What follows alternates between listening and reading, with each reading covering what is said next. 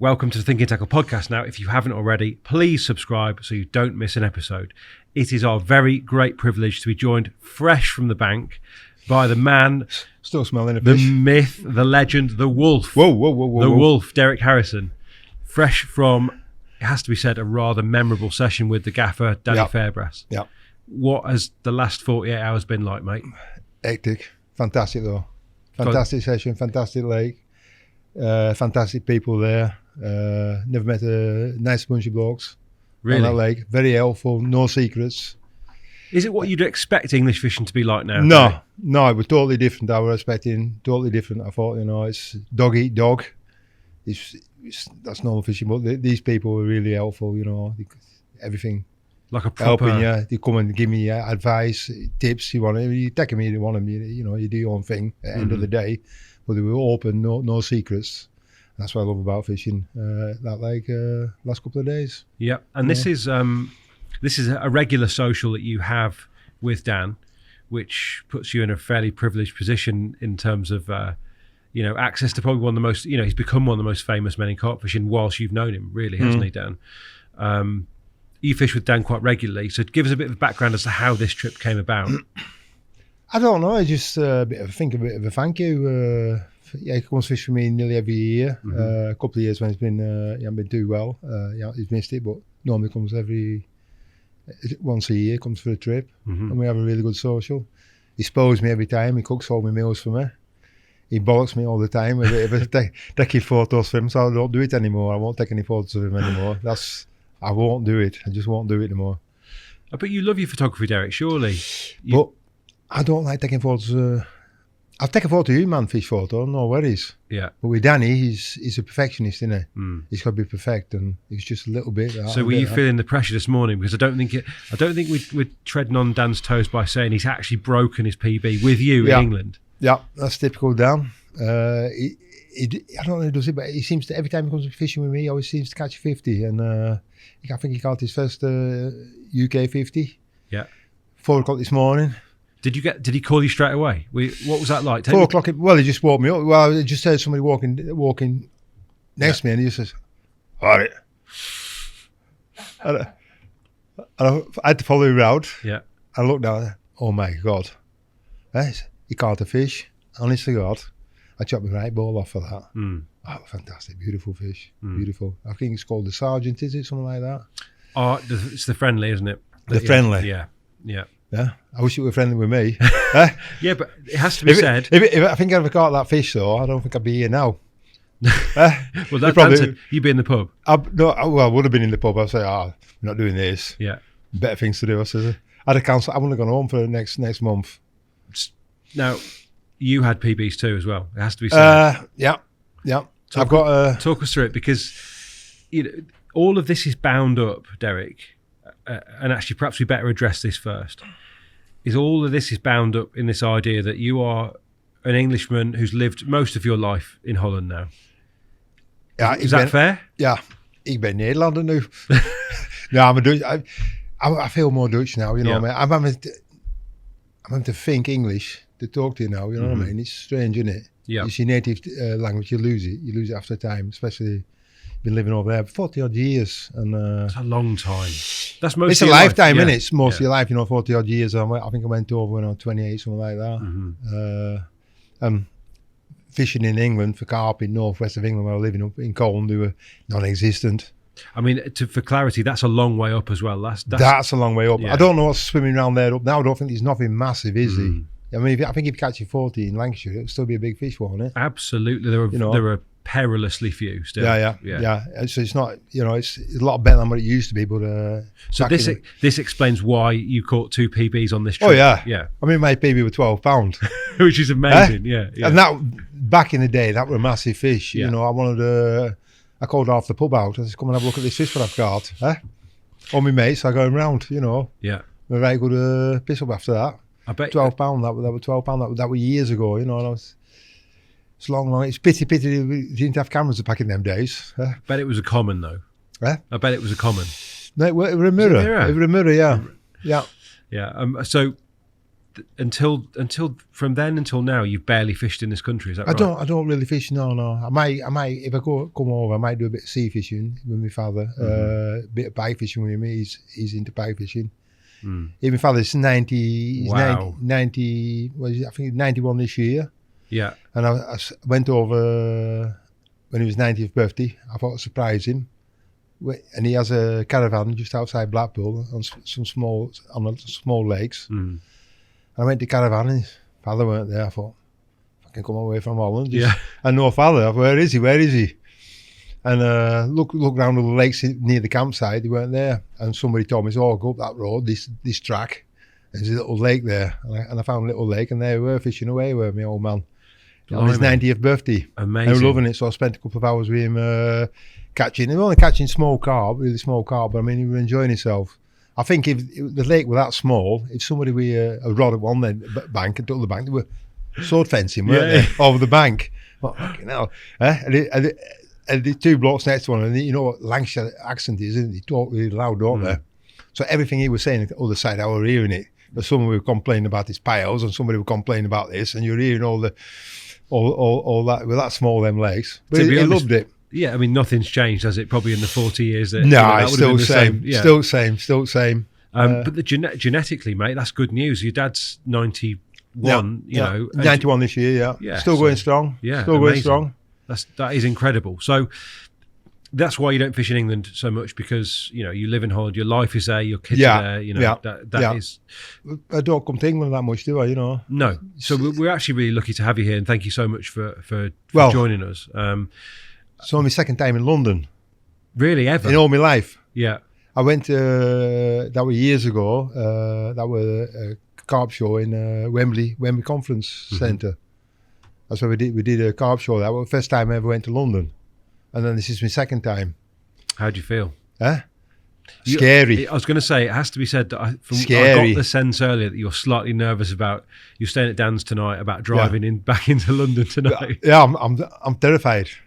I want to stay at 10 o'clock tonight. I want to wait while everybody goes to sleep, and I can sneak back into London. But he's promised fish and chips again tonight, and so no, we need to talk about this, because what does a Lancastrian guy like yourself, what do you eat when you come back to England? Well, you've just said what I live on. Yeah, if it lives to me.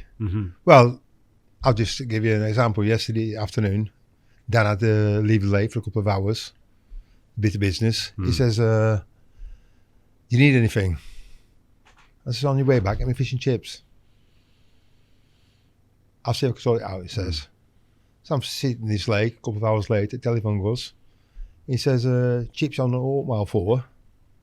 But he says, I'm sitting in the pub now, having a cold beer, and chip shops opens at 4. We can go and sit down in the fish and chip restaurant. He says, if you fancy, come round. So, you know me, I'm a bit of a wind up. I just says to him, says, hey, Danny, can I leave me rods in? Can I leave me rods out? This is an embryo venue, by the way. Yeah, an embryo venue. He says, can I leave me rods out? He nearly choked on his beer, he did. I could hear it on telephone. So I was only joking, mate. So I reeled him. I ran out that gate like a shot I were. And worth it? Oh, yeah, definitely. Just got in for the end of the football game. Watched last 20 minutes of football. Here we go. Dan actually videoed the glad occasion. Yeah. Gone for mushy peas.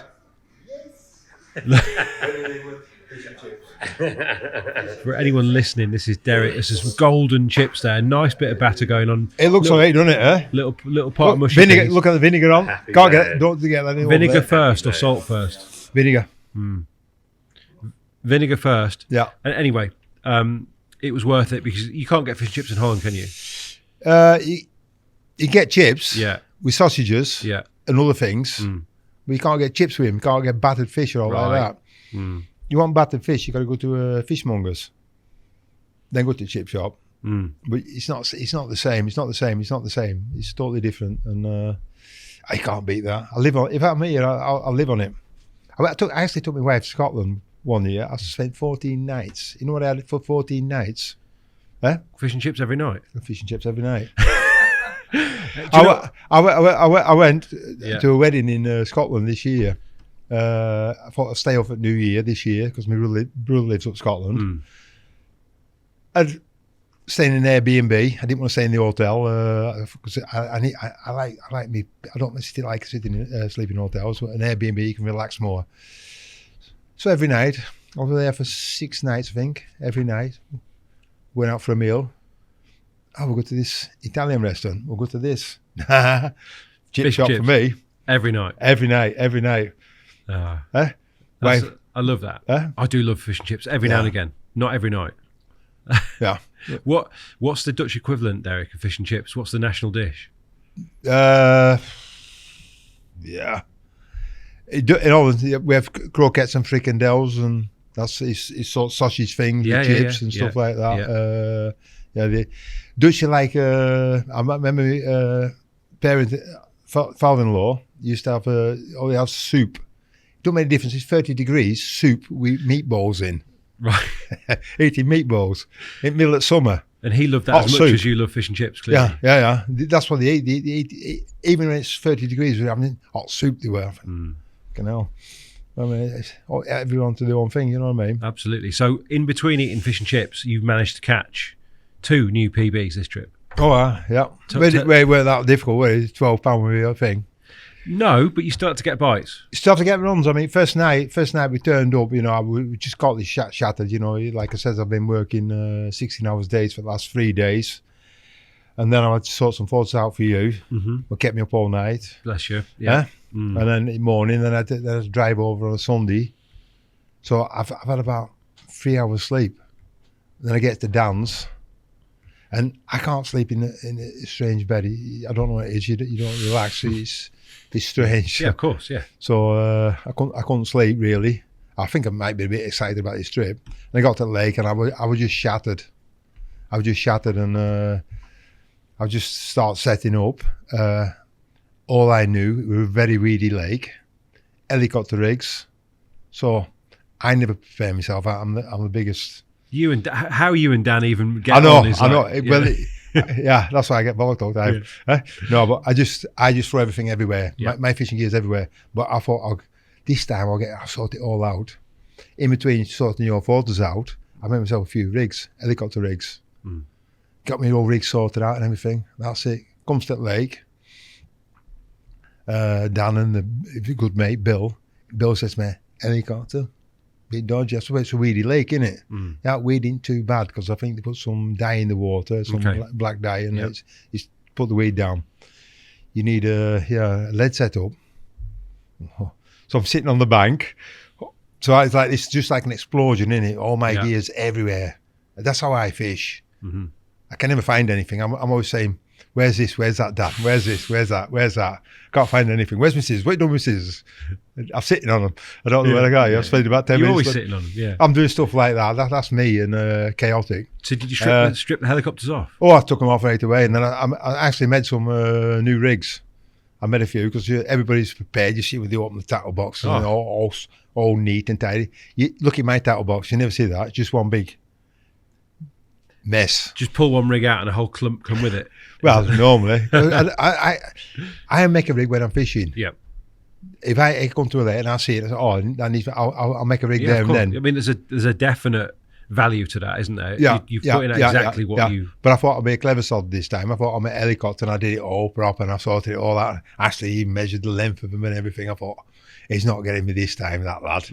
He did do. He got me. Yeah. And I'm sitting, getting these sorted out. I'm sitting on bed chair like this, seeing a couple of fish show on far side. And then Kevin Wyatt turned up. Mm-hmm. And I looked at Kevin, I thought, I know you. I didn't realise that's the cameraman. Right. Because I met him a few years ago when I did a filming for Darrell. He come over with Darrell in Belgium.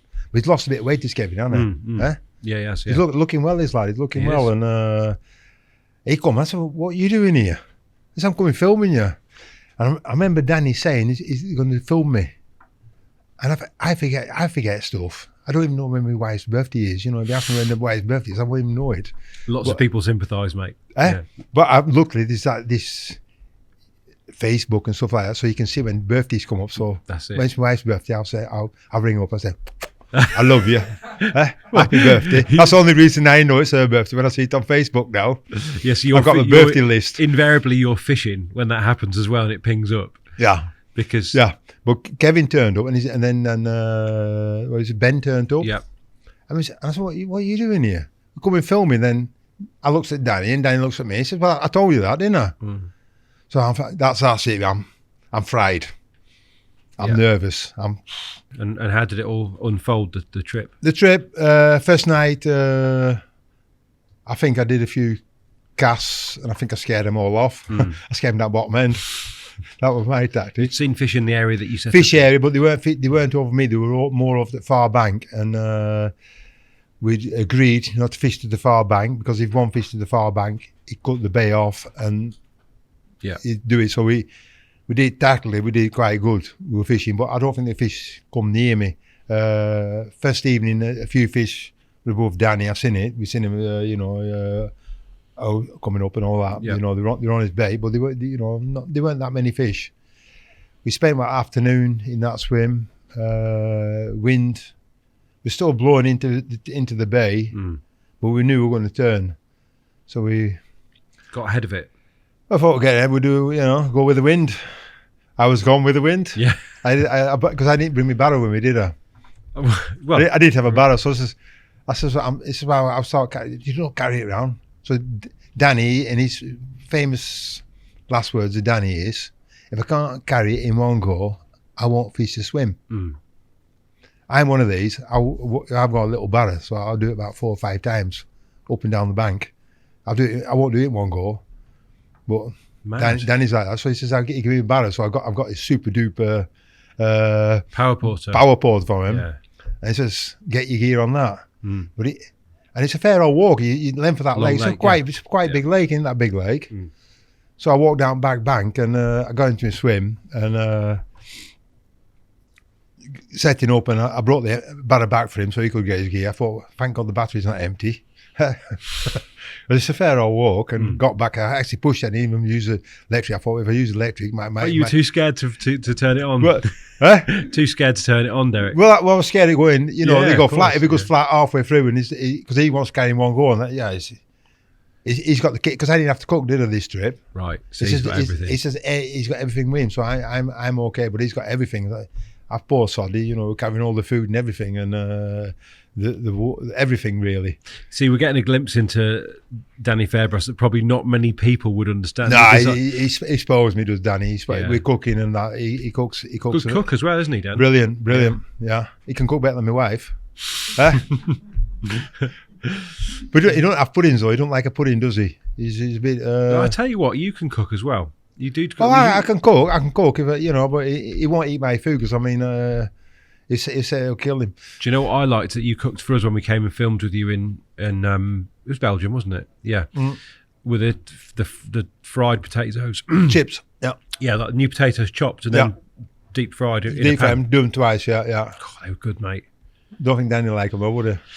Depends how healthy you want to be, I suppose, and He's quite healthy. I was spoiling. I've changed him because he's had a fish and chips from me last night, and he just had a KFC. A KFC. Was that ruined KFC? Him, mate. It's going to take him weeks to get over this, isn't it? So and he's going to have fish and chips again tonight. Well, you're going to force that on him, presumably. Don't know. I'll get a couple of pints down him probably. So you, when you moved, how quickly did the bites come?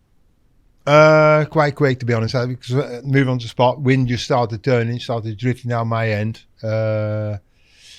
And we in half an hour seen a fish shore, and Kevin and Ben, they'd been there a day, seen no action, and I just says my tail went up then, I seen a fish shore, and it was near my spots where I wanted to fish. I thought, I said to him before they went, I said, I'm going to catch. I'm going to catch. I don't know when, but I'm going to catch. And you get big. I won't say cocky, but you just get that feeling you're in the right spot. I didn't feel it in the first night. I didn't feel it. It was just a bit dead. And then second night, the tail were up and I were away. And so, what were the spots like out there that you were in the area that you'd seen the fish? Well, I seen a fish shore, so I'm not plumping about because I don't want to scare the fish off. Yep. And I think that's what I did first night. Probably when I got to a swim, looking for spots. You couldn't find the spot straight away, and it's 13 wraps and you can't find it. And finally, when we did find the spot, it was 15 and a half wraps, But time you cast around a few times, you do disturb the swims. especially with a 4-ounce lead. Yeah. Because I don't use any 3-ounce leads. Don't you? No. 4s or nothing or more. Yeah. More. 4s, It's normally more, isn't it, with me? I want to hook them. Yeah. Yeah, but we're going to come on to this. This is obviously very. Yeah. I mean, do you find there to be like a tangible difference between English fishing and everything else? Having just come back off the bank. Of course, it is. I'm quite surprised today, this week, because he gave me. He called me baits. He said, I've got baits. Don't bring any bait with you. I've sorted the bait out for you.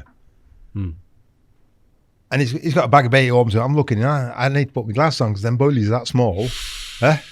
He's got 12 millimeters. I think 12 and 15s. I think he's got them. Thought, what are you going to do with 12 millimeter boilie?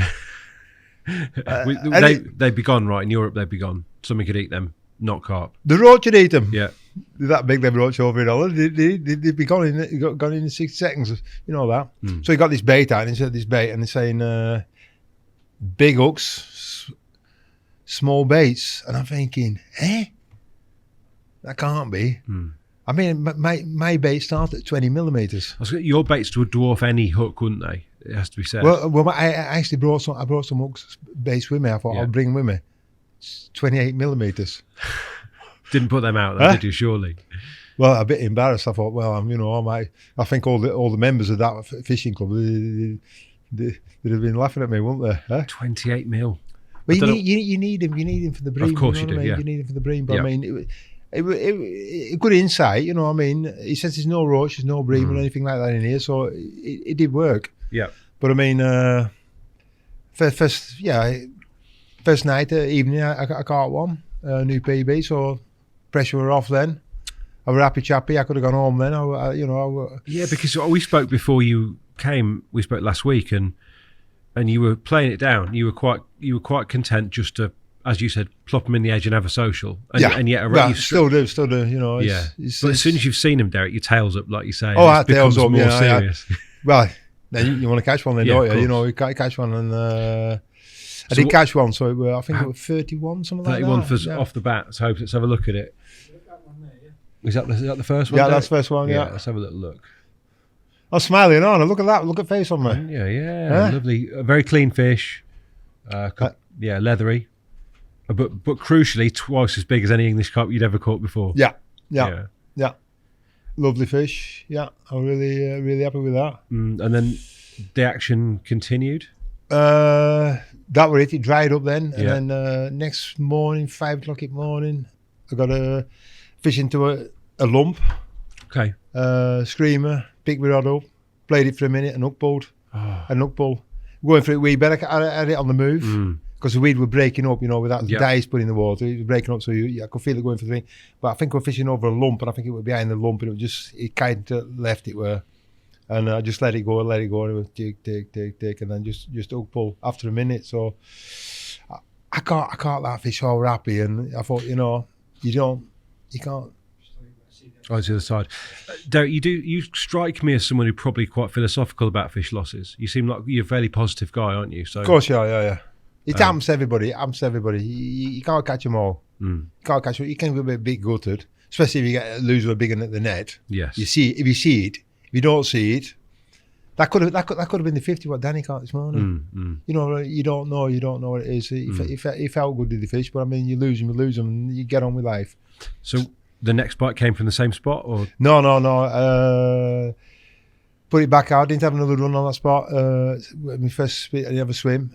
Wind had changed then. It was moving more away from me now. It was moving to the other corner. Fish were moving on. But I want to keep where I caught my first fish. I want to keep that rod there. But I think you've got to think where you're fishing, with your line lay. If you fish one rod here and you're fishing rod across that rod, you're cutting that one off. So I'm fishing one rod here. I'm fishing one rod this way. I'm just trying to fish all 3 rods efficiently. You don't want to be cutting yourself off. No. So where I wanted to put it, so I walked around to the far bank, had a little look, quite deep edges. I've seen a lot of weed in the edge. I thought I think I borrowed a 3-ounce lead off Danny. Just kind of borrow a lead off, yeah. And it was the far bank. It was a cast at the far bank. Got a drop, a bit softy, but pulled it back, no weed. Had another little cast. I thought, pulled it back, still felt it after a couple of meters, but at that rate, I thought 18.5 wraps, that's it, bang. I seen Danny. I've been, watched Danny. He had a couple there. Now I'm looking. I'm keen. If he's taking forwards, I'll run away. When he's landing a fish, I'll be there. I'll land it for him. Yeah. I said, "You want me to land it, Danny?" And I can have a look at his rig then, can't I, as well? And I noticed we're using a lot of little white pop-ups. Yeah. But I'm too proud to ask for a pop-up. I'm too proud, so I have a little bucket. It's full of pop-ups, and I was rooting through. And I found 80mm pop-up. Yep. Massive by English standards. That is massive. Yeah. They were fishing with 12mm pop-ups, Yeah. and I've got an 18mm. So little scissors, I did chopped a bit You off. made him smaller, yeah. Well, it was still about 16mm. I thought that's too small. It would sink me hook. I didn't want that, did I? I don't know with the new ones from Mainline. They brought a new pop-up out now. It's a super buoyant one. They'd be okay, but I didn't have any white ones, so I couldn't really use them. So I whittled one down and whacked that out. Just on spinners? Yeah. Yeah. I wear inch stiff rigs. I never really fished with inch stiff rigs until one of my clients come over a few months ago. And he caught a few fish on them, and I thought, ooh. And I thought I'll start using inch stiff, and since I've been doing that, I've had a few fish myself on them. All my life, I've never really fished with them. Wow. I've never really fished with inch stiff. I mean, they come with a reputation as in air quotes, a big carp rig, don't they? And you are the man for big carp, Derek. So it should be a match made in heaven. I don't know about that. Well, you've caught a few. I keep everything simple, mate. I'm simple. I fished years and years with multi rig, brilliant rig. I still love it. But I mean, I'm slowly tendency now going to the inch stiff now. Really? Yeah. I mean, my own personal opinion. I've used the multi a lot. Yeah. Kind of feel like it's like a lazy man's hinge rig. Like if you can't be bothered to tie up. I'm a lazy man. I am a lazy man. I'll be honest about it. It's my rig. It's easy to make. If blunt hook, it's easy to change. Everything like that. Only downside to it is we get hammered with roach or with bream. You're not fishing then, are you? Because you might just get a little tick in night, and you think, and you're reeling it more, and you've been done. Okay. And you can put a bit of shrink tube on it and like that and stuff like that, and I do shrink it down a bit, so it's always fishable. But and that shrink tube, you can always pull it back, and then you put another hook on and push it back over. But you want to try the old kickers that Korda do, mate, instead of shrink tube. That worked quite well. The kickers. Yeah. Slide them onto the multi. You can use them for the same thing, and you can reuse it then, can't you? The kickers, yeah, but yeah, worth a go. I've got a budget, lad. I bet you.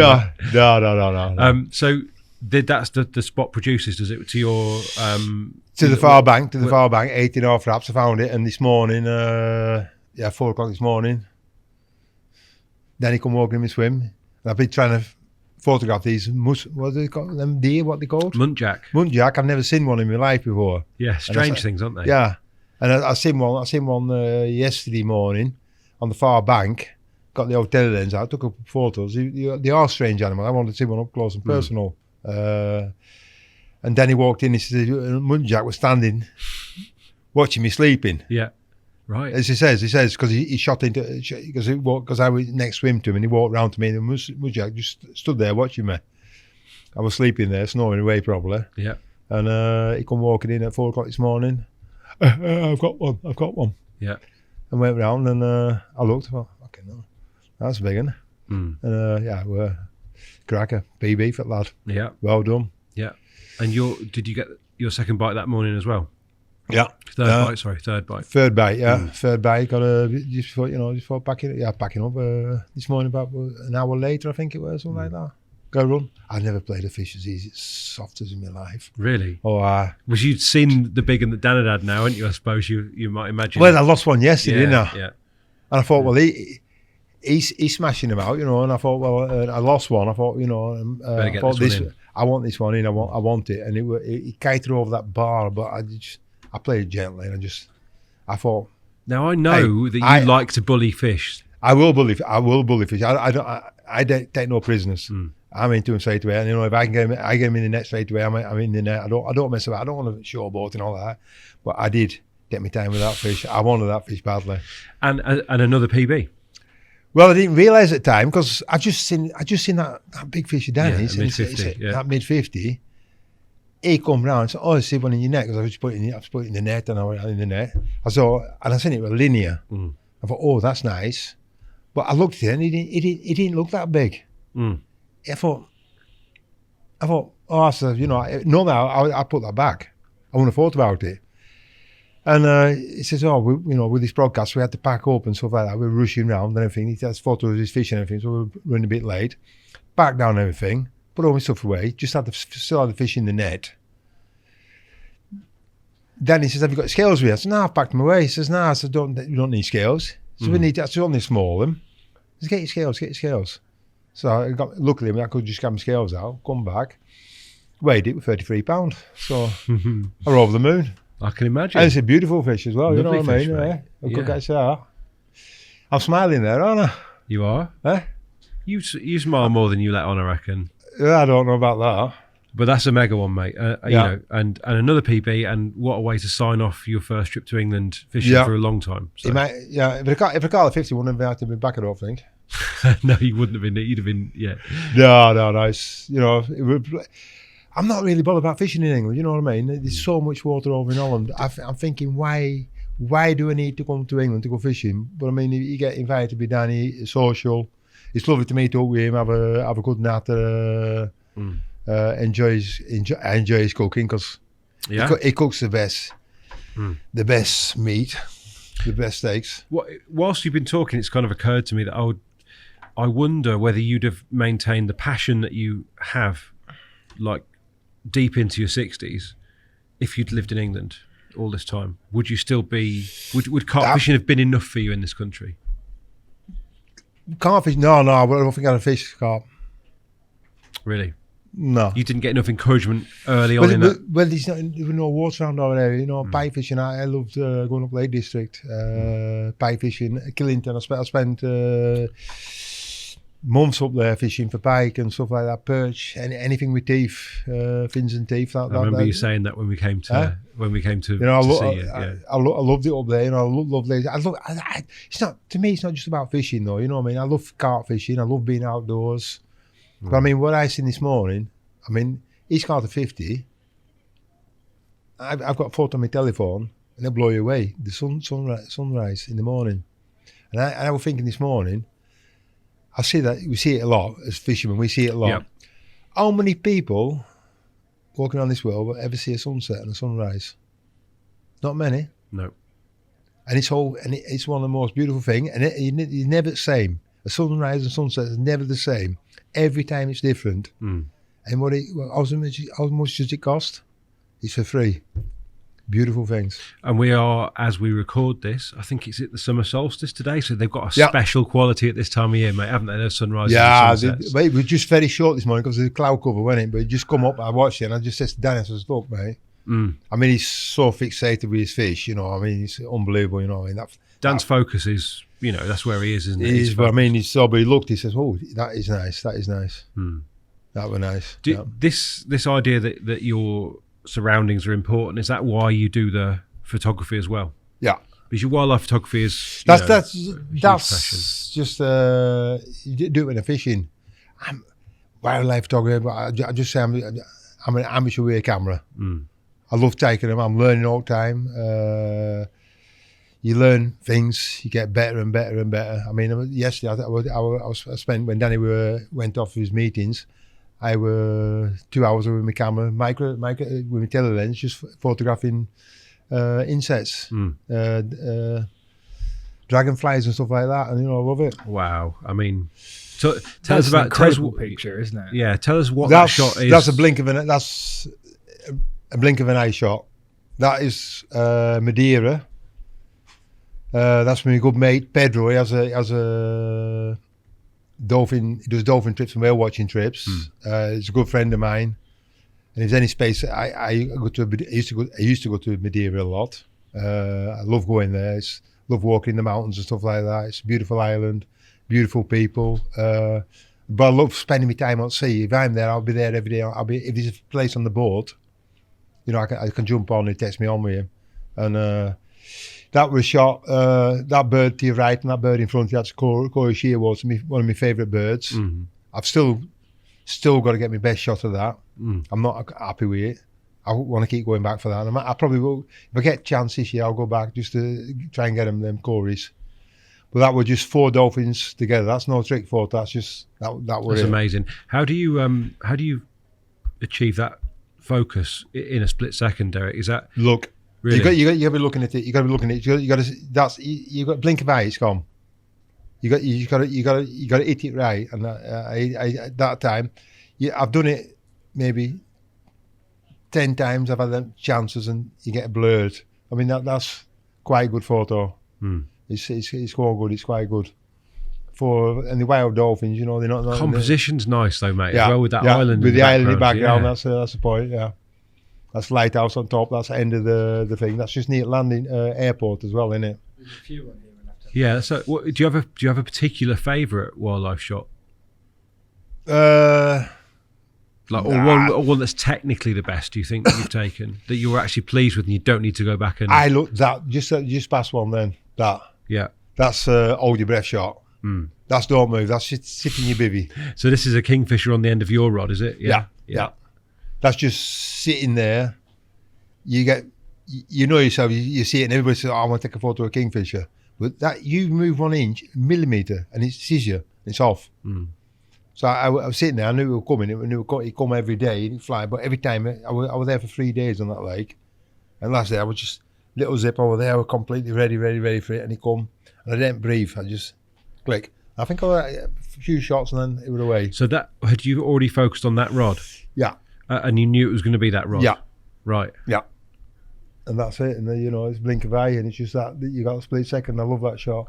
I like loads of shots. You know what I mean? That dolphins. I mean, that was a special shot. Just seen a little owl. Decking off. That was a shot. And it's quite often are these during fishing trips, or are you making time for photography as well? I'm doing both now. You know, I do both of them nowadays. Not just last month I had a couple of days off. No clients coming. I think I had a cancellation, so I drove to north of Holland. Yeah, that's how daft I am. I'll do a 2.5 hour drive up to North Holland. I'll go across because you know avocets. I knew it's breeding season and the young ones coming out. I always want to see a baby avocet just to come out egg. I was wondering why. Wow. Sorry, that heron shot that Toby's just flashed up is absolutely. The atmosphere in that is incredible. Yeah. That was hunting, wasn't it? Is that that's in Holland? That's in Holland, yeah. You've got a lot of these. You've got a lot of water in Holland, haven't you? A lot of water courses, small and large. Loads. Yeah. Yeah, it's full of water, isn't it? Are they polders? Are they called polders? Polders, yeah. Polders and lakes like that. Love that. But what it speaks to me anyway is that you're a guy that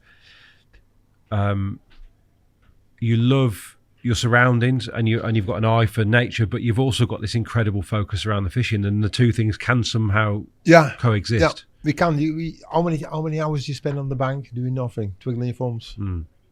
Most of them sitting laying in the bivvies watching TV. I'd sooner sit outside my bivvy, just looking at stuff, you know, you see stuff. And once you've captured these images, Derek, do you put them on the wall? And if not, what are they for? For me. So you look back through them though. You flick back. Oh, I look for. I like them. I've no photos on the wall or anything. I think from Canada I've got a couple of photos, but they're just scenic photos I took, and I've got them on my wall. That's it, and the rest I think might have killed me. I think I've got one king. They're lovely. They're lovely things. These wildlife shots. Yeah, but I think I've got a Dutch girl, Dutch wife, and she likes all the lovely things. Okay. I've actually got a carp. You know, remember the carp? I think who made that photo? These 3 carp. With John Mills. He did a photo. Yeah. You could get prints. Off him. Planet Prince ones. Planet Print one. Yeah. One of them. I've got that on the fireplace wall. You know that's there. It's been there for years. Yeah. And I think I've got one kingfisher on the wall, and that's it. And the rest, no. So let's talk fishing, Derek. Was what one thing that I need to ask, and I think it probably will inform us as to what kind of an angler you are. I think is it just Darrell maybe that calls you the wolf? Why the wolf? I think that interprets me as a wolf is I always go back and clean up. The carcass. Yeah. I want the scraps. Yeah. You want everything. No, I don't want it. I'm not a greedy hanger. I were this morning because I cast back out again, didn't I? Yeah. So I want another one. Well, even though you were trying to pack up. Even though you were trying to pack up. Yeah, but last thing we're in with my rods. Yeah. I'll tell you that thing. I want to take the photo of the fish before I got my rods in, but he made me all the way around. So is Darrell right to describe you as a wolf? I'm a loner as well. I am a loner. If I'm not guiding, I'll fish with myself most of the time. In winter, I might have a few social sessions with a few friends of mine. I enjoy that. But normally, most of my own fishing is me and my dog, and that's it. And is that because you think your chances of catching the fish you're after is better, or because you just enjoy your own company? Well, I think people get fed up with me probably, but no, it's not what it'll be. I enjoy my dog. I've got my dog. That's my mate. If you go with a couple here, you've got to, he wants to do this, he wants to do that. If you go by yourself, you've got your own path then, haven't you? You make the decision. You make the decision. That's it. If you want to move, you move. If you don't want to move, you don't want to move. And if you're with two of you, you've got to compromise and stuff like that. And maybe it's that's what it is. And I think we spoke on the phone, and what came across was the fact that, lots of times during your life, you haven't compromised, have you? Family life, etc. You've fished pretty consistently. Oh, yeah. I would be. So when you look back, fishing comes first, you know what I mean? And I remember years ago, my dad says to me once, he says, "Oh, Dad, you went to a theme park with us, didn't you, once?" And you're 19 years old, and you say that to you when you're looking at child photos. Yeah. And I actually did look in the photo. You need to have a photo books, weren't they? Them looking through them. All the same with my wife and my two children, because Daddy were fishing. And you do realize then that it's a bit too much. You think, fucking hell. She's right, and I did, yeah. I should point out that you've just spent the last week painting her house for her, so Well, I'm making up for it now. I just done 16-hour days for 3 days before I come. No, but when you realise you're a bit selfish, you got to be a bit selfish to be successful, especially with carp fishing. You got to put the hours in. There's no such thing in life as a wonder bait or wonder rig. The only wonderful thing is time. If you got the time, you catch a fish. And you've got to put them in the right spot. How have you made that time? Because you've worked. Well, you've had a family. I've worked in the building trade, but I mean, I've been obsessed. I've been obsessed because I used to fish on the canals. I got a full-time job. I'm working in the building trade, and there were no lagging job when I was fishing then. I would go into the canals, baiting up, coming home. It was a 3-hour trip there and back. I soon found out, why not go to the canal, bait up, do a night, and drive back early in the morning. Even if it means packing up at 5 o'clock in the morning, getting back home, getting the van, and going to work at 7 o'clock in the morning. Right. So you get up at 5 o'clock. That's the hardest form of fishing, Derek. But I've done that for years. And people say, yeah. And they said to me now, "Oh, you've got loads of time, and you catch your fish." But why do you catch your fish? Because you put the effort in. If you don't put the effort in, you won't catch them. Anybody can just turn up a lake and catch a fish, but if you want to be consistent catching big fish, you've got to put the effort in. And I was doing that. I've been doing that for a long, long time.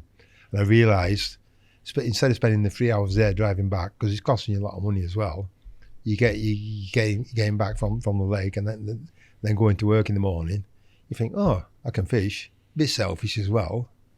And that's what happened. And that's what I did.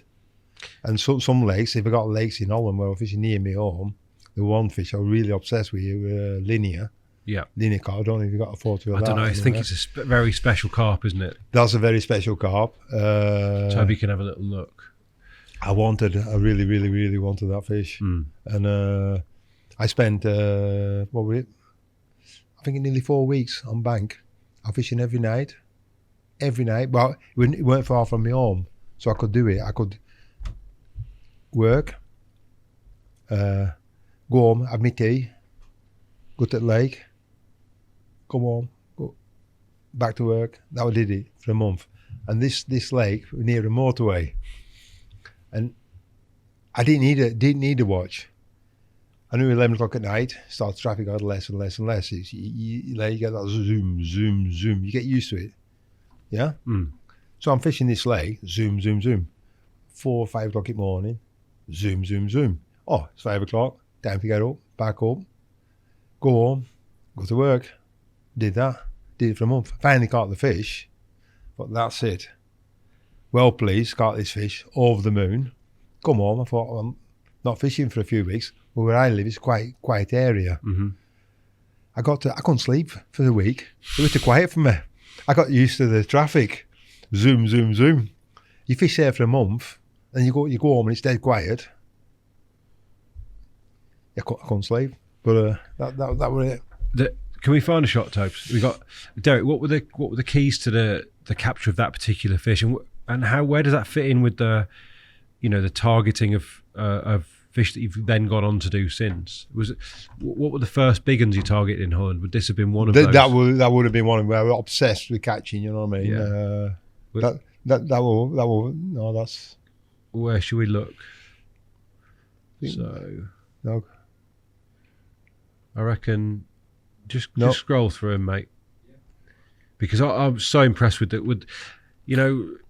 A lot of these scalier Dutch carp are very much like what you'd consider. That's one from Lake. Go back up Big Rudder. Yeah?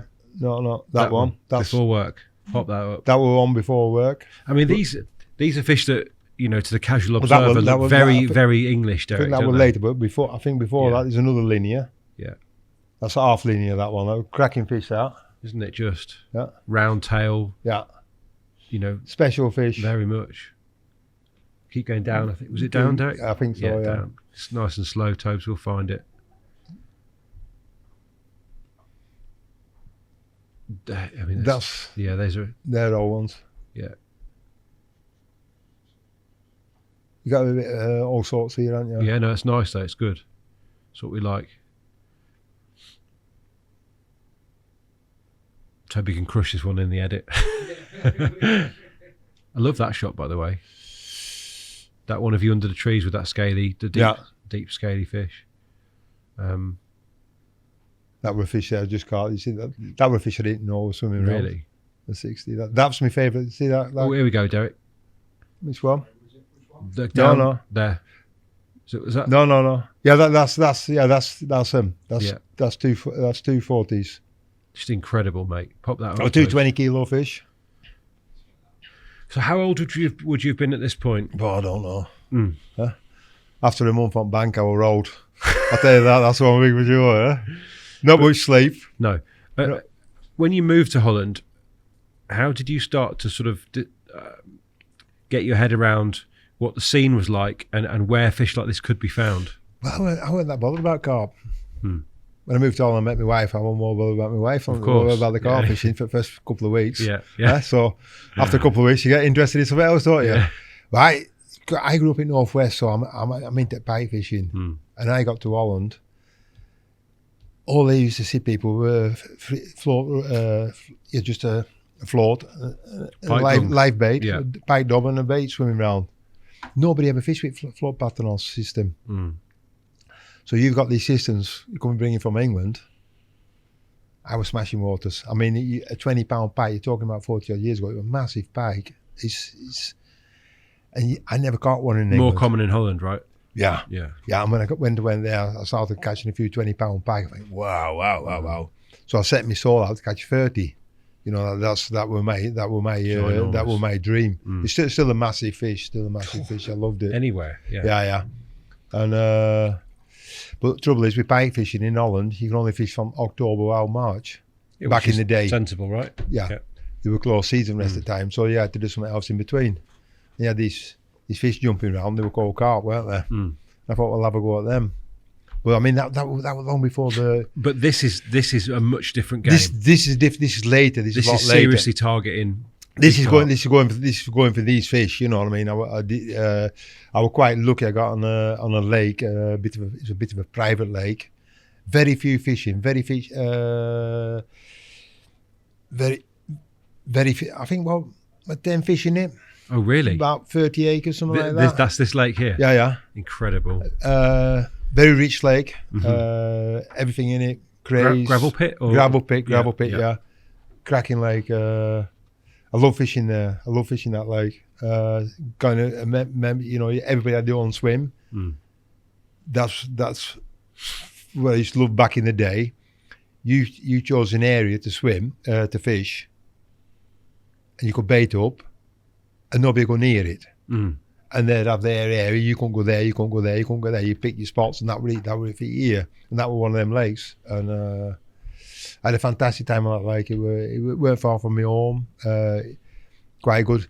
Very low stock. Got to fish there, and I was lucky there. I'm in a car that night. They got to be the two big ones, surely. There, 240 pounds. No, there were another one. I never did catch it. Really? I never did catch it, and there were another mirror in it. What actually got took from a canal, put into the lake, and that were a 50. Wow. And that back in the day, that was giant. Well, I mean, Holland hadn't done huge carp, had it? And there was a fish called the Mohican, and actually that was the first 40 I've ever seen in my life. That was a friend of mine. He caught it on the canal 1 year, and he rung me up in the middle at night. We were all excited. We didn't have mobile phones, so I don't know where he rung up from. I think he went to some farmer's house and asked, can I ring up in the middle of the night, banging on the door. And he rung up, and I picked phone up. I thought something had happened. But we were getting really excited. And I remember shooting around with a crate of beer. And we sat on the bank, and they were fishing on Canal. And there were fish jumping in. He says, next one's for you. I said, no, it's your trip, mate, your trip. And then in the morning, we took this photo of this Mohican, what actually did get put into this lake, and I put the weight on. What is the Mohican, the famous, the big one? No, it's the Dutch Mohican. That's the Belgian Mohican. Yeah. No, this is a totally different fish, but we call the Mohican as well. The Moroccan, we used to call it the Moroccan. I'm saying the Mohican, the Moroccan. Yeah. That's what the fish were called. Okay. And they put it were in that lake, and that was fishing, swimming around there. And there were another fish called the Shadow, a big common. I've seen it a couple of times. That were a big fish as well. That were 45 plus. I never did catch them too, but I seen that linear, and I wanted that linear more than anything. And I can understand why. Looking at the pictures there. Some, it's put a lot of effort in for that fish. I mean, you fished all around the world. Well, I don't know all around the world, but well, you fished on several continents for carp. Well, I've done a bit, yeah. And the quality of those Dutch fish back in the day must be right up there. Oh, yeah, still are, yeah. Yeah, special fish. I mean, that was 2 20-kilo fish, and back in the day, if you got 120 kilo, a massive fish. But I mean, you can't compare now and then. No. Then, I mean, different time scale. 20-kilo fish now, it's still in my eyes. 20-pounder is still a massive fish in my eyes. Nowadays, I can't. Like I say, just that fish this morning. It's 33 pound. I looked at Matt, but I think I was deceived because of the size of Danny's fish. And you look at that and you think, that's a baby. I'm going to put it back, 33 pounds. I'd have shot myself 40 years ago, wouldn't I? Huh? Absolutely. Now, at what point, if at all, did you decide that you were going to target bigger and bigger carp?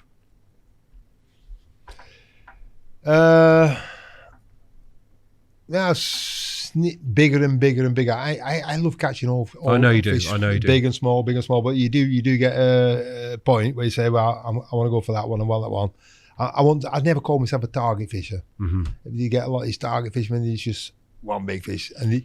But I enjoy the ride. People just go on the water, catch one big fish, and they move on. There's some lovely fish in that lake. They just leave them because it's not worth it. I don't like that. If I come on the lake, I just like catching all my fish, big or small. I like a few surprises.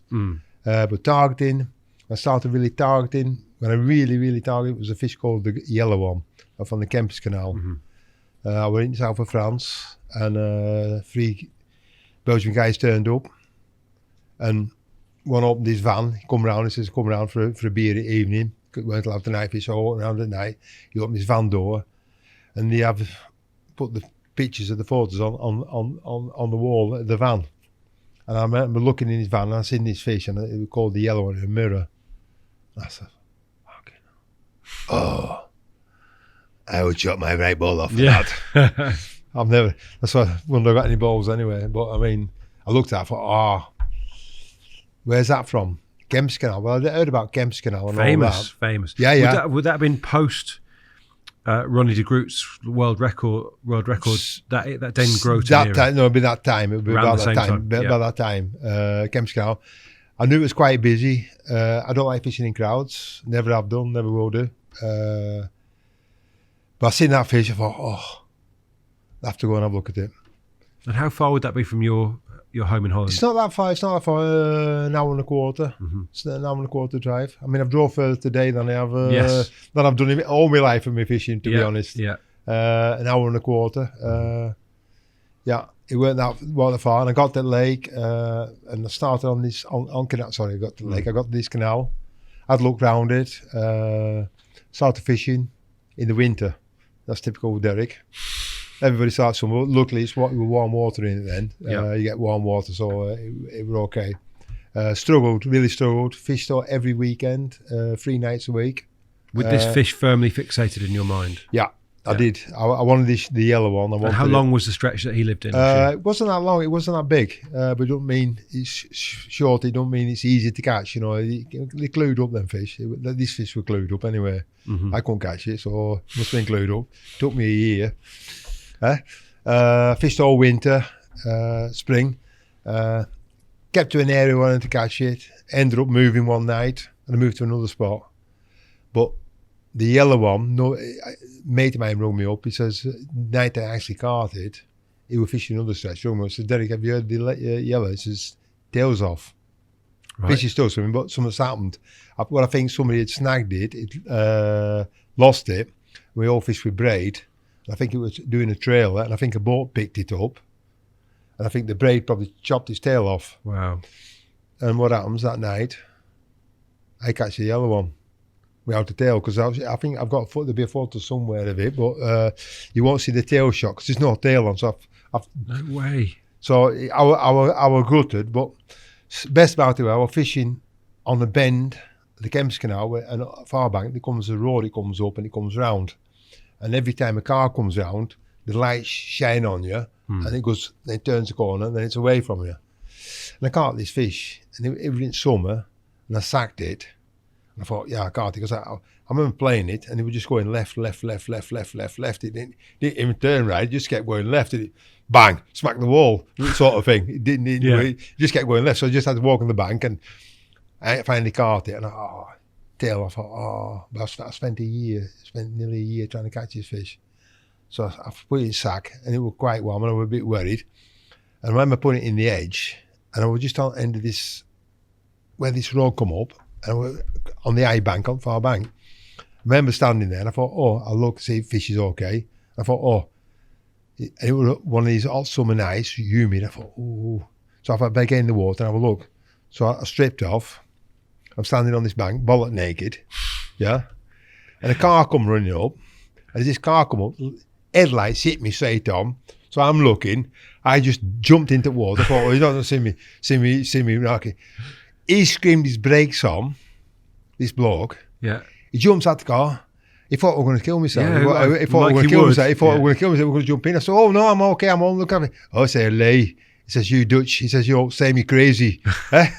He says, you're crazy. You can't fisherman. You fall in a lot, don't you? It has to be said. I think you're in the water more than you're out of it by the sound of things. Well, you know, look after the fish. You know, I want to see if fish were okay. No, that's and, fair. And I thought I just had a little feeling we're okay, and come around it morning and took photos and. The yellow fish. The yellow, yeah. Let's see if we can find it. I mean, the gearly. I don't know. I don't think. Did that fish survive? I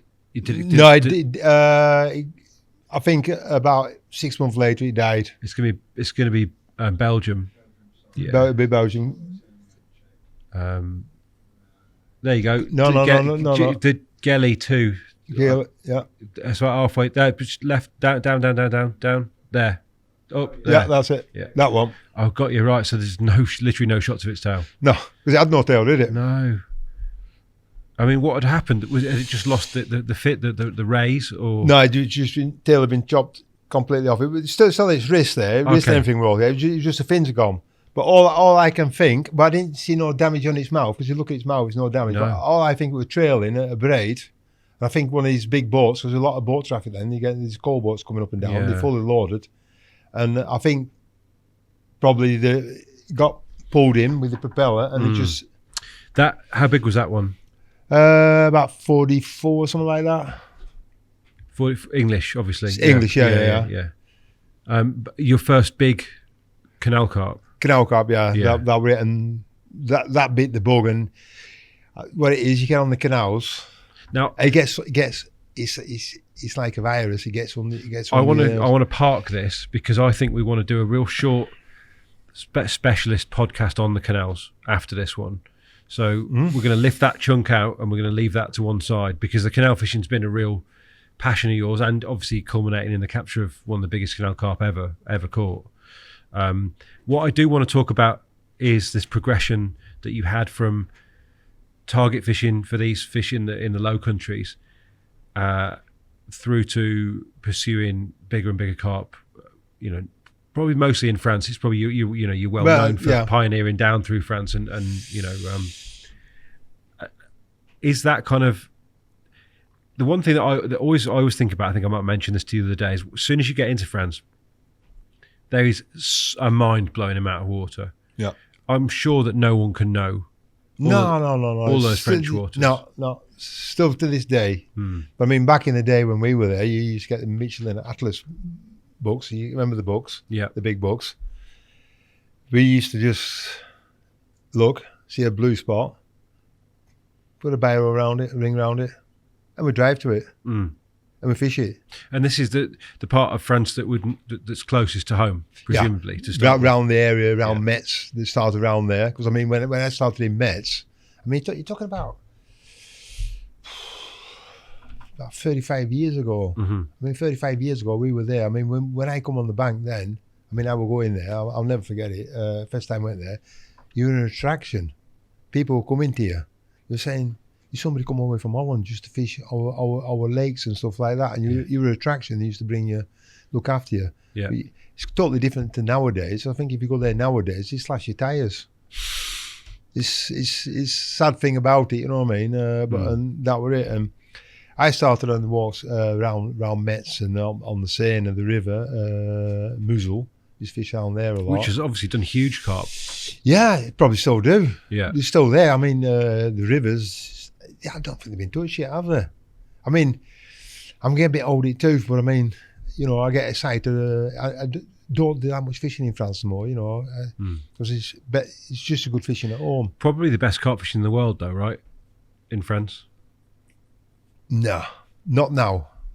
Would have been, not now. No, I think I know where the best fishing in the world is for me. What it would be now? I think the furthest I see the fish, that'd be Germany now. I think. Just purely because of the fish. The fish, you just see the colours and you see the gorgeous fish. You know what I mean? And a lot of big fish there. Take us back to that. The time when you were exploring France. Talk to me about the sense of freedom that you can find, or that you could find then. Freedom. We used to just gear in the van. I remember a mate of mine, Ralph van Opstal, a Belgian guy, good friend of mine, good friend. We didn't have just put the rods on the roof through the windows. Yeah. And rods were like that. I remember driving down the roads, because he's one of these, he won't drive on tollways because he'll pay. It's typical Belgian tight sod. He just thought that had been you coming from... Yeah, I know, but he was that way. He'd drive through the country roads, he'd doing it. Yeah. I can remember we was driving to a lake one winter. We said, we'll go to a lake, we'll try this lake out. Right. Finish work Friday night. Right, we're going. Ralph, driving the motorway. I'll give you the 50 guilders, what it costs, and €50 what it costs, just to get there. No, we drive this way. So we drove doing these country roads like this. I remember it morning getting there, sun comes up, and I'm like, I was knackered. I'm looking, all I could see, shadow, you could see the shadows, and you could see the rod tip going like that on top of the roof. And we elastic band and stuff like that over top of him, through his window. I had no imperial or stuff like that, all his gear. Got to this lake, drove through, woods, I got to there, I thought, it's windy, but it looks flat calm. There's that lake. Got to the lake. Ice. No. And that was it. That this pioneering did. And then we said, right then, what we're going to do? Yeah, do wait fours. You know, like you look on an app now, or in 3 days, But it's you've going got to no fall. idea. You have no idea, so you just guess where it's up. Right, I know a lake. It's only 800 kilometres from here. You've been driving all night, and then you've got to drive another 800 kilometres. So how did you get your information back then? Because everyone's all about the pins and these days, aren't they? just going. I mean, we blanked loads of times. Yeah. I mean, I've been to France loads of times. I've come back nothing. But now and again, you hit the jackpot. Eh? And that's the best way, you know. And that was pioneer. Nowadays, what do they do now?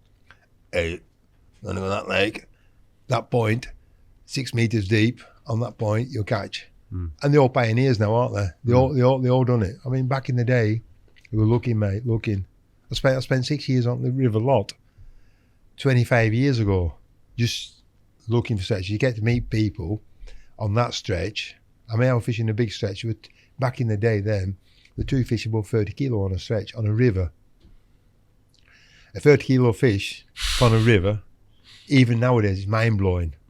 Back in the day, though, and it was a bloke called David Suter, and a French guy caught it. And a lad I met on the lake up Vermont, he showed me, I got friendly with him, and he had a jit on the River Lot. And I remember he was saying, one winter, he had some Nash boilies on his windowsill, and they just dried out completely. And he tried putting a baiting needle through them, and just shattered. You know what I mean? And he actually ended up drilling. He had no bait. You know, the French guys, had no bait. And he cast one out, and he caught a 28 kilo mirror, and he sent me the photo. And he said, I forget how they say it in French, Happy Christmas. He made a Christmas scarf for me with this big mirror on it. I think it's Joyeux Noël. Eh? Joyeux Noël. Something like that, yeah. Joyeux Noël. And he got this fish. He says, from my house, says, when you come, I says, next week. I'm next week. I'm there in January. I went down, but I think it rained and it was just flooded. I drove 1,000 miles. What? I mean, I was a bit... You've spent more time since you've been married fishing than you have with your missus. There could be no doubt in that, sure. Used to be. But nowadays, now I enjoy my time with my wife now. You know, course, we're getting older. I say my wife's like a bottle of wine. The older it is, the nicer it gets. And what did she know what she was getting into with this? My wife's always let me do what I want. I've been married nearly 40 years. Never had a ring on my finger. Never felt being married. I've always done my own thing. I've always been doing what I want. She's always let me. I mean, she's always given me freedom what I want. Lovely woman, you know. Couldn't ask for a better. I've always had my freedom, but I mean, if she wants to go do anything, she wants to go with my daughter on holiday. Or she used to do a lot of cycling in the mountains for cancer. She did a lot of training. Just let them do it, you know what I mean? And but nowadays, if I get my chance, I think I call it quality time when I can spend a Saturday night on settee. And she might be sleeping, but that's me, quality time now, you know what I mean? Yeah. You get older, you think things like that. So I like to spend a bit of time at home. And the physical demands of the fishing that you were doing, let's say in France. What we were doing then, you couldn't do them now. No. Going without sleep, driving thousands of miles. Yeah, we just you know, we used to drive everywhere. I mean, it was the Tour of France. We used to do the Tour of France, fishing, you know, looking, trying, and everything. You know, and a lot of times you blanked, and now and again you hit your jackpot, you reach vein, and then Cassien come. That's when I went there, and that was something special. Have we got a shot of Half Moon Scale? Yeah. Did you put that one in? Because that's an incredible carp. That's one of the most famous carp. Yeah. First time I went though, I got a little tip about it. I think a Dutch guy was fishing it. Got a tip about it. Get down there sometime. This before I had my children. This is 30. Yeah. Yeah, we'll come back to that one in a sec. That's it. That's 30 odd years ago. I mean, first time I went down, got a tip, Says to wife, do you fancy going out to South France for your holidays? Even before the children. Yeah. A bit of a selfish shot. Oh, that'd be nice. So I book a campsite. I didn't book a campsite, I booked a caravan. Got a caravan. I thought, nearest campsite to the lake. I says, do you have any caravans? So I booked one for a week. Ended up driving down.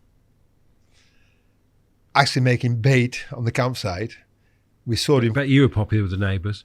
We saw him Cassien. Remember sodium Cassien? It was like rubber. You're making bouncy balls. Remember bouncy balls? And it sticks to everything. And that was the old baits in them days because the buddies just started coming out. Still started coming out. So we started making baits.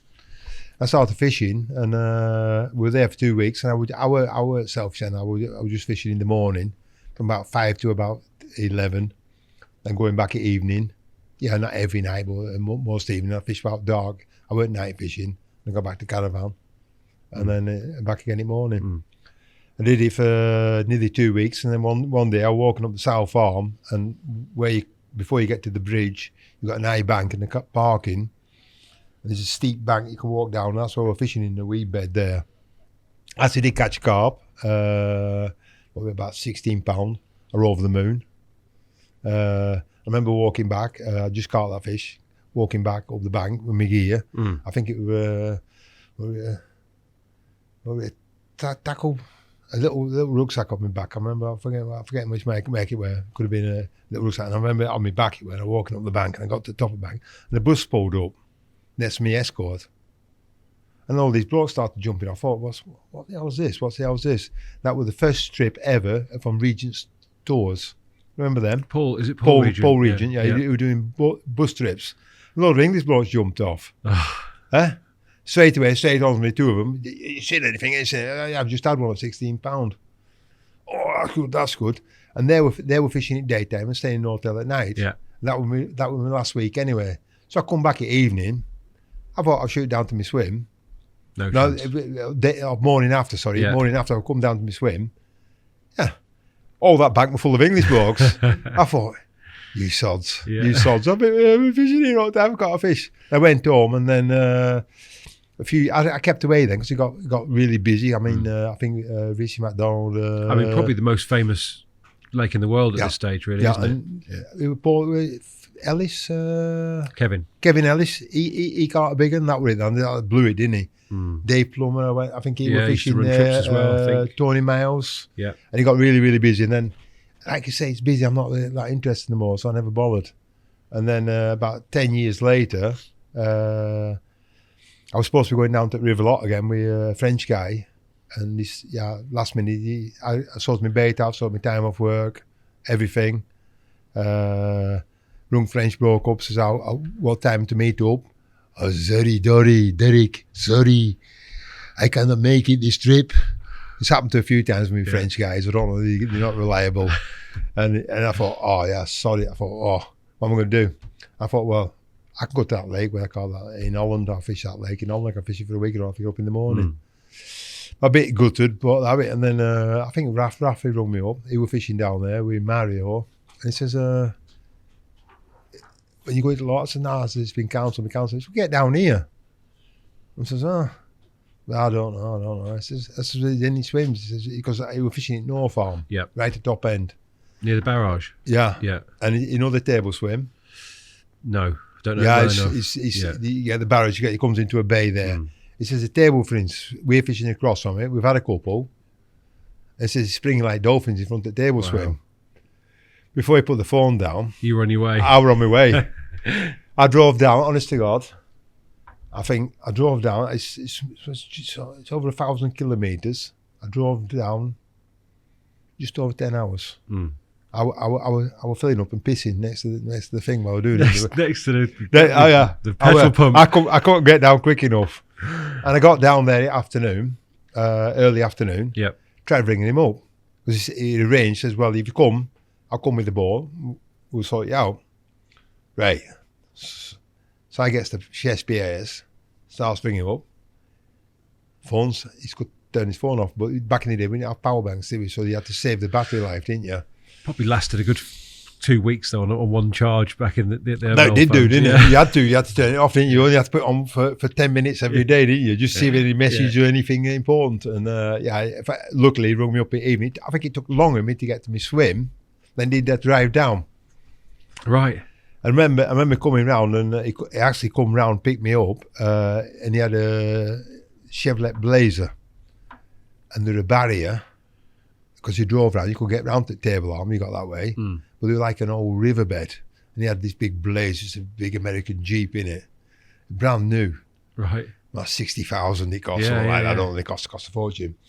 He says to me, he says, drive up in van. Well, I thought, that's fair enough. Yeah. I thought, Happy well, I'm going to do that. Yeah. Got round, I seen that barrier, but when I got back, the barrier had been closed. Right. So I got the October arm, and just reversed up, just bent the barrier a little bit, and then pulled it out. Drove down this lane, drove this honest to God, like an old riverbed. Just drove up. It actually reversed. It got on the top. There's a car park at the top. I think that's for helicopters land or something like that. Parked on there. He says, I parked down. He says, I'll reverse back down. It's like, you're talking about an hill like that. Oh, my God. Let's go straight down to the lake. Yeah. And it just right at the back of the thing. I remember driving down, and it was pouring down with rain. Really started to rain. And I'm thinking, I've come sunny France, I'm going to get a suntan and all this crap. And it's pissing it down. I thought, this is not good. Drops my gear off, but then it's pitch black. And it's pissing it down. I'm really shattered then. Even then I was shattered. I remember saying to him, and I took a lot of bait with me. I took 60 kilos of bait. And that was a lot of bait in the day. It's rough. Going back since that point there, you just seen it. I just spread some bait around there and just piled it in. I remember putting my tent up. I remember just turning my radio on. And there were, I think, the BBC World Service for that area. Yeah. And there were landslides in the area, in that area of France. So I'm getting out my bivvy. I'm looking with my lamps here. Oh, I'm okay here. Nothing can landslide on me, so I'll be okay. It's quite remote, that part of the. That is, lake, you're in nowhere. Yeah. So he's back to his swim and goes across to his swim. I thought I'd get my head down, but I knew there was bait out there. I thought next morning, never bothered how deep it was. All that. I never checked. Didn't even have an echo sound with me, nothing with me. So I thought, wakes up in the morning, still raining. I thought, I'm here, I got to get my rods out. Cast. Whoop. Carry on. Yeah. 5 minutes later, still carried on, isn't it? Thought, this is deep. Yeah. And I thought, that's not good. And I remember finding it. I think I was fishing 18 meters deep. It was like that. And there was a little ledge and dropped, and it just went, went nowhere. If you'd lost traction in that car, you'd have been straight into Oh, it'd been climbing out the window and all that would have been, and a 40,000 euro Jeep would have been on the bottom of the next side. But it was a big old Jeep. And I actually did park at Elgers. We got Dungers and helicopter come over a couple of days later. And then come these guards come over, and you could night fish in them days. It were allowed. And where's the car from? Oh, you left it up there, parked on that. Yeah, he said, that's easy, you know. And what's happened with the barrier? We knew nothing. I knew nothing. And luckily we got away with it, and but he had to come back, and they actually went round to. They didn't go round. They got a boat, and they come round and told him, and he ended up on his swim, and he's got no petrol motors, and I think he had a 40 pk motor up back of it. He had a big boat. He had a massive boat. I think nearly as big as this studio. Got all the gear in. Wow. It was one of them police, them fire brigade boats. Yeah. One of them with a big petrol motor in. You're not allowed petrol motors on here. So I had to laugh because I actually got a Ford somewhere and rowing because he had to put the motor up. Back. Eh? He rowed it back. Because they moved swims later. There were two Belgian guys fishing past me in the night, fishing near the barrage and the North Arm. And they kept coming to me every day and asking how the caught anything. And I'm an honest person. I'll never lie. I'll just say, if I catch, I've caught. And I said, do you catch anything? No, we catch nothing. But I thought it a bit strange. We're going out in the night. I seen the light going on in the night in the boat. I thought, they're catching. But I thought, well, fair enough. And actually, a few weeks later, I found out. And I said to Raf, when they were leaving, So Raf, as I said, I get in that swim, I've seen him going at it, but they said they hadn't caught anything, but I'm sure they caught something. And he moved and he smashed it up as well, did Raf. Mm. And I remember... Very successful angler. It has to, did you know Raf from the Nutribaits connection? Was that pop? Because he was he was new to base, yeah, a long time, and Kemp's Canal, that's where I actually met Raf. You know, he really helpful to me in the past. You know, info on the canals, and still a good friend. You know, we don't meet up a lot, but I mean, you know, I was like, when I see him, I like to see him. You know, he's one of the old guard. Absolutely, he's a good lad. He's Raf. He's a good lad. Quiet, very quiet, very quiet. Catch a lot of big fish. So this deep baited area did produce for you? Yeah. Not that spot. I cast one to right, a bit shallower, put it in. I think I must have hit the ledge more lucky than wise-eyed, to be honest. And I hit the ledge, and I think it only been in about 2 hours, and it reaped off. And I think I had a 48. So that big was fish. Yeah. Big fish. I caught 48 straight away. We in a couple of hours, and that was in daytime. But he put the bait out the night before, and in the morning when it was raining, it was still, honest, really chucking now. So I think it might be a 4 to 8 when it's a rain shower with the big with the half moon scale. Caught that fish, and that my trip were. You've caught an iconic carp from, like I said, one of the most famous lakes in the world. That's right up there. Surely still for you. Special. But I say the next one. I know. The next one. The next one. It's, you know, it's something. But to say that suggests that you don't look back. You know, you're not interested in you know, the stuff you've achieved, because that's special to me. It is special. Every car, even a 10-pounder. I mean, that fish I caught this morning, 33 pounds. That's very special fish for me. You know, every fish I catch. Did you drag this one up into the woods behind the swim? Or was that? That's just pulled up on not on the swim, because that's back at swim, isn't it? It's just up the ledge. Took it up on the bank. I've took some water shots as well with it. It was a big old fish. I caught that was second night. I caught it in the night. I just got it bought. 60-pounder? Just, I think it was 59, I think it were. I think Tim Paisley caught it, I think 2 weeks later, 60, from the 60 bridge, above. From the bridge swim that you'd caught the 16-pounder from years before. Yeah. I was more around. It wasn't bridge swim. I was more around from the bridge swim, but it were... Similar area. Very similar area, but it were very special. Yeah. They're all special. I mean, that was. I remember catching that in the night. Did you know that it was that fish? Did you know the fish of the lake, or did you find out afterwards? Found out in the morning. You know, we found it in the morning. I knew it was a big fish because when I tried lifting it up, because I had to carry it up the bank, and with all this rain, it was really, really slippy. Carrying up the bank, playing the fish in the boat, because you just get a run. You fish on a ledge, it goes off, and if it goes down, it'll cut you off straight away. So it just get a run in your boat, go over, then lift in, and then we just took me for a lead, didn't it? Took me for walkies. I can imagine fishing took me for walkies, and I didn't have an electric motor with me, did I? That's what my just biggest, an oar. I was oaring. I was lucky. I caught that fish about 3 attempts. Caught it. He just pulled it. He told me round it, and then coming back to the bank. Where am I? It's middle at night. Gets back to the bank, looks in it. I knew it was a big fish, but I mean, then you try, when you're lifting it, you know, you get lifting up the bank. Oh my God, down to me, hooking mouth. Yeah, something special. And then night after, I got another run, really stormy. Wind really blowing out away from me as well. And I got another run, and that was a big fish as well. That was another iconic fish for the time. That was a Marty. That was a linear. It was a really deep fish. 3 attempts landing it. Yeah.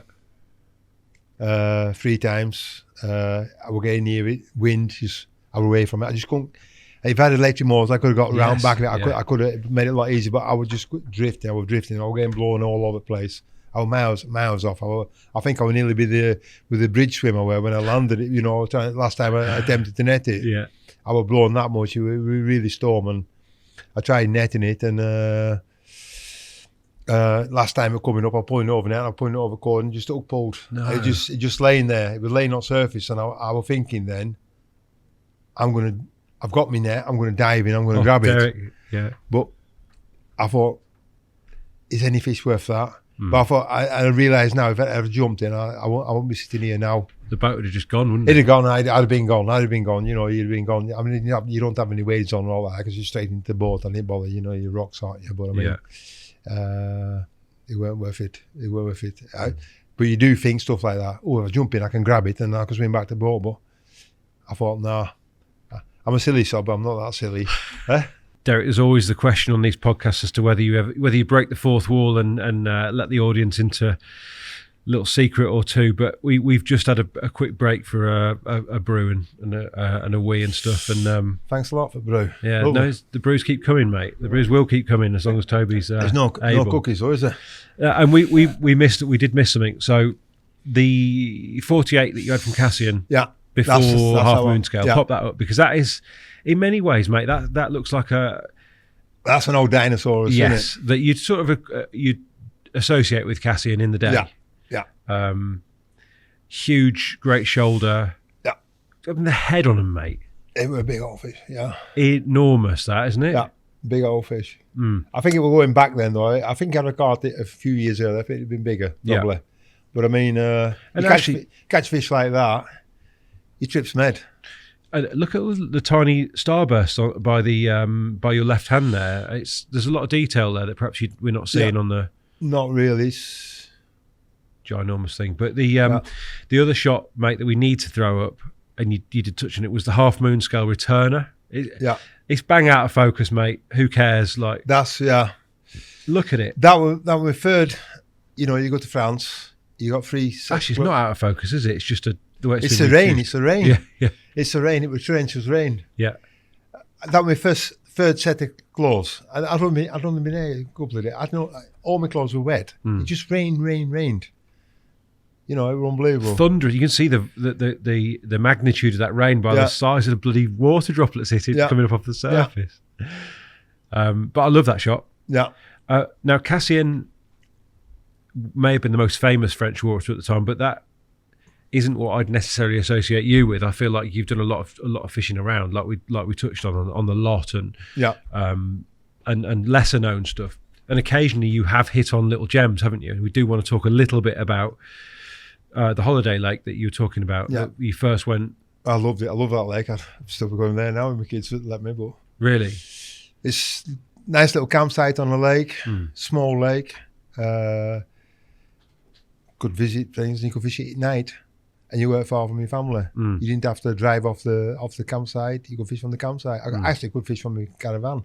Really? So, you know. What part of the country are we talking? South France. So similar to Cassien, right down south? Yeah, south, but it's other side. It's more Toulouse, that side. Okay. Yeah.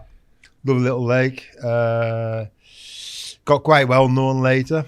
Did it? Yeah, it got well known. It got hammered. A few fish got took out, put in a pay lake. I won't mention name where it went, but I mean, I've seen photos, people catching personal best from a lake. Yeah. When it come from another lake, and it's not my thing. So was that during the kind of what you'd call the lowest point for the reputation of, let's say, the English commercial fisheries, or was it? That was lows, yeah. But before internet, when it's all fish could get took and nobody said anything. But nowadays, you did that. Nowadays, they're straight onto you, aren't they? Well, like the Dudeur fish. Like the Dudeur fish, you got took into a small lake. And somebody caught it. You know, they've been very happy. But I mean, if you want to catch fish like that, I mean, deck up golf, mate. You know, is there a question of merit, Derek? Because I feel like in our discussions we've had, merit is important to you, and different and fish mean different things depending on where they're from. Of course it is. You know, I mean, I'm nothing against commercial lakes. It's sign of the times. It happens. But I mean, fish like saying you can't compare them to a bay lakes and stuff like that. You know, I mean, I'm quite lucky. Most of my fish come from public waters. I like it that way. I don't think you're lucky, are you? This is how you want it. Well, I do. But don't worry. I mean, I do social. I did social with Danny a few years ago. He invited me to social on Gigantica. Caught the cracker there. Pop that up, Tobes. Is that Roberts? Roberts, yeah. So there's a Gigantica. I mean, that's enormous, right? That's, I think, 70 pound or not. That's What's your biggest mirror, Derek, out of interest? I can't mention it. Okay, but it's a more recent one. Very recent. Yeah. It's last few fish I've got, I blow a few people away, but I don't want to mention them. No, do you think? I mean, in Europe at the minute, here's Roberts. Look, yeah, great Nick. There aren't there? There's gigantic fish. Yeah. That was quite difficult though, because he put me. I had to take the Danny's there, so you can't take fish. Especially that size, it's right enough. But I was on a ledge. It was a steep bank. Yeah. Take a photo, smile. I would to smile and hold a fish that weight on a steep bank in the water. I was sliding down the bank all the time. One drop, the fish is gone. I wouldn't have fought that fish. And he's saying, smile. I was more worried about that. And that's how we took it. But I was lucky. I don't think I smiled there. I was hanging on for dear life. You're just about managing. Yeah. I'm hanging on for dear life. How did you find it? Before I realised we've gone off away from the little lake that we're going to talk about. But in terms of stuff like Gigantica, although it's not your choice of fishing, do you find it easy to adapt to those type of environments? I mean, obviously you do, because you've got a 70 pounder. Yeah, but I'm a lucky sod, aren't I? I've got golden bullets, you say now and then. No, you fish to what you know. I mean, I come quite good out of the draw there. And I can go into any of them swims. I think I got third out, so I had a lot of choices. But you fish to your potentials. And I'm not a big caster, I'm these 35 wraps, there's no way this lad's going to do that. And I know that. So why go in a swim where you can't catch on it? So you got your potentials. And I found out the weed bed at Coast Point, that was for big suddenly. Yeah, I could fish it from there. And there was nobody in Scotch Corner, so I had it for myself. So I knew I had that corner for myself. And that weed bed's a big feature there. And that, even for me, 25 wraps, that's me, that's your limit. So a lot of them swims, in hindsight, I think you can catch 25 wraps on every swim you can catch.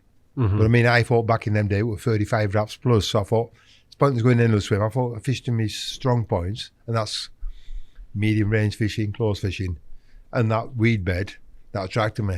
Because I mean, I cast into it straight away, bang, I found a spot, and I was looking my gilly in Coast Point with Danny. So I shot around with a bucket with Danny. I says, this bucket, I'm going to cast across. You get that bait in there for me. Hoof it in as soon as yeah, because I wanted a tight stretch bait. So I cast from the far bank into the weed bed, bang. But I've hit the jab. No. Saying, what? No. You can't fish in the weed bed. Why can't I fish in the weed bed? No, it's Danny's lake, so he says you can't. It's pure enough. And I knew that weed. It's that kelp weed. But I mean, you're fishing with quite strong line. I think 18-pound line, so I knew I could get through it. But he says, no, you're not allowed.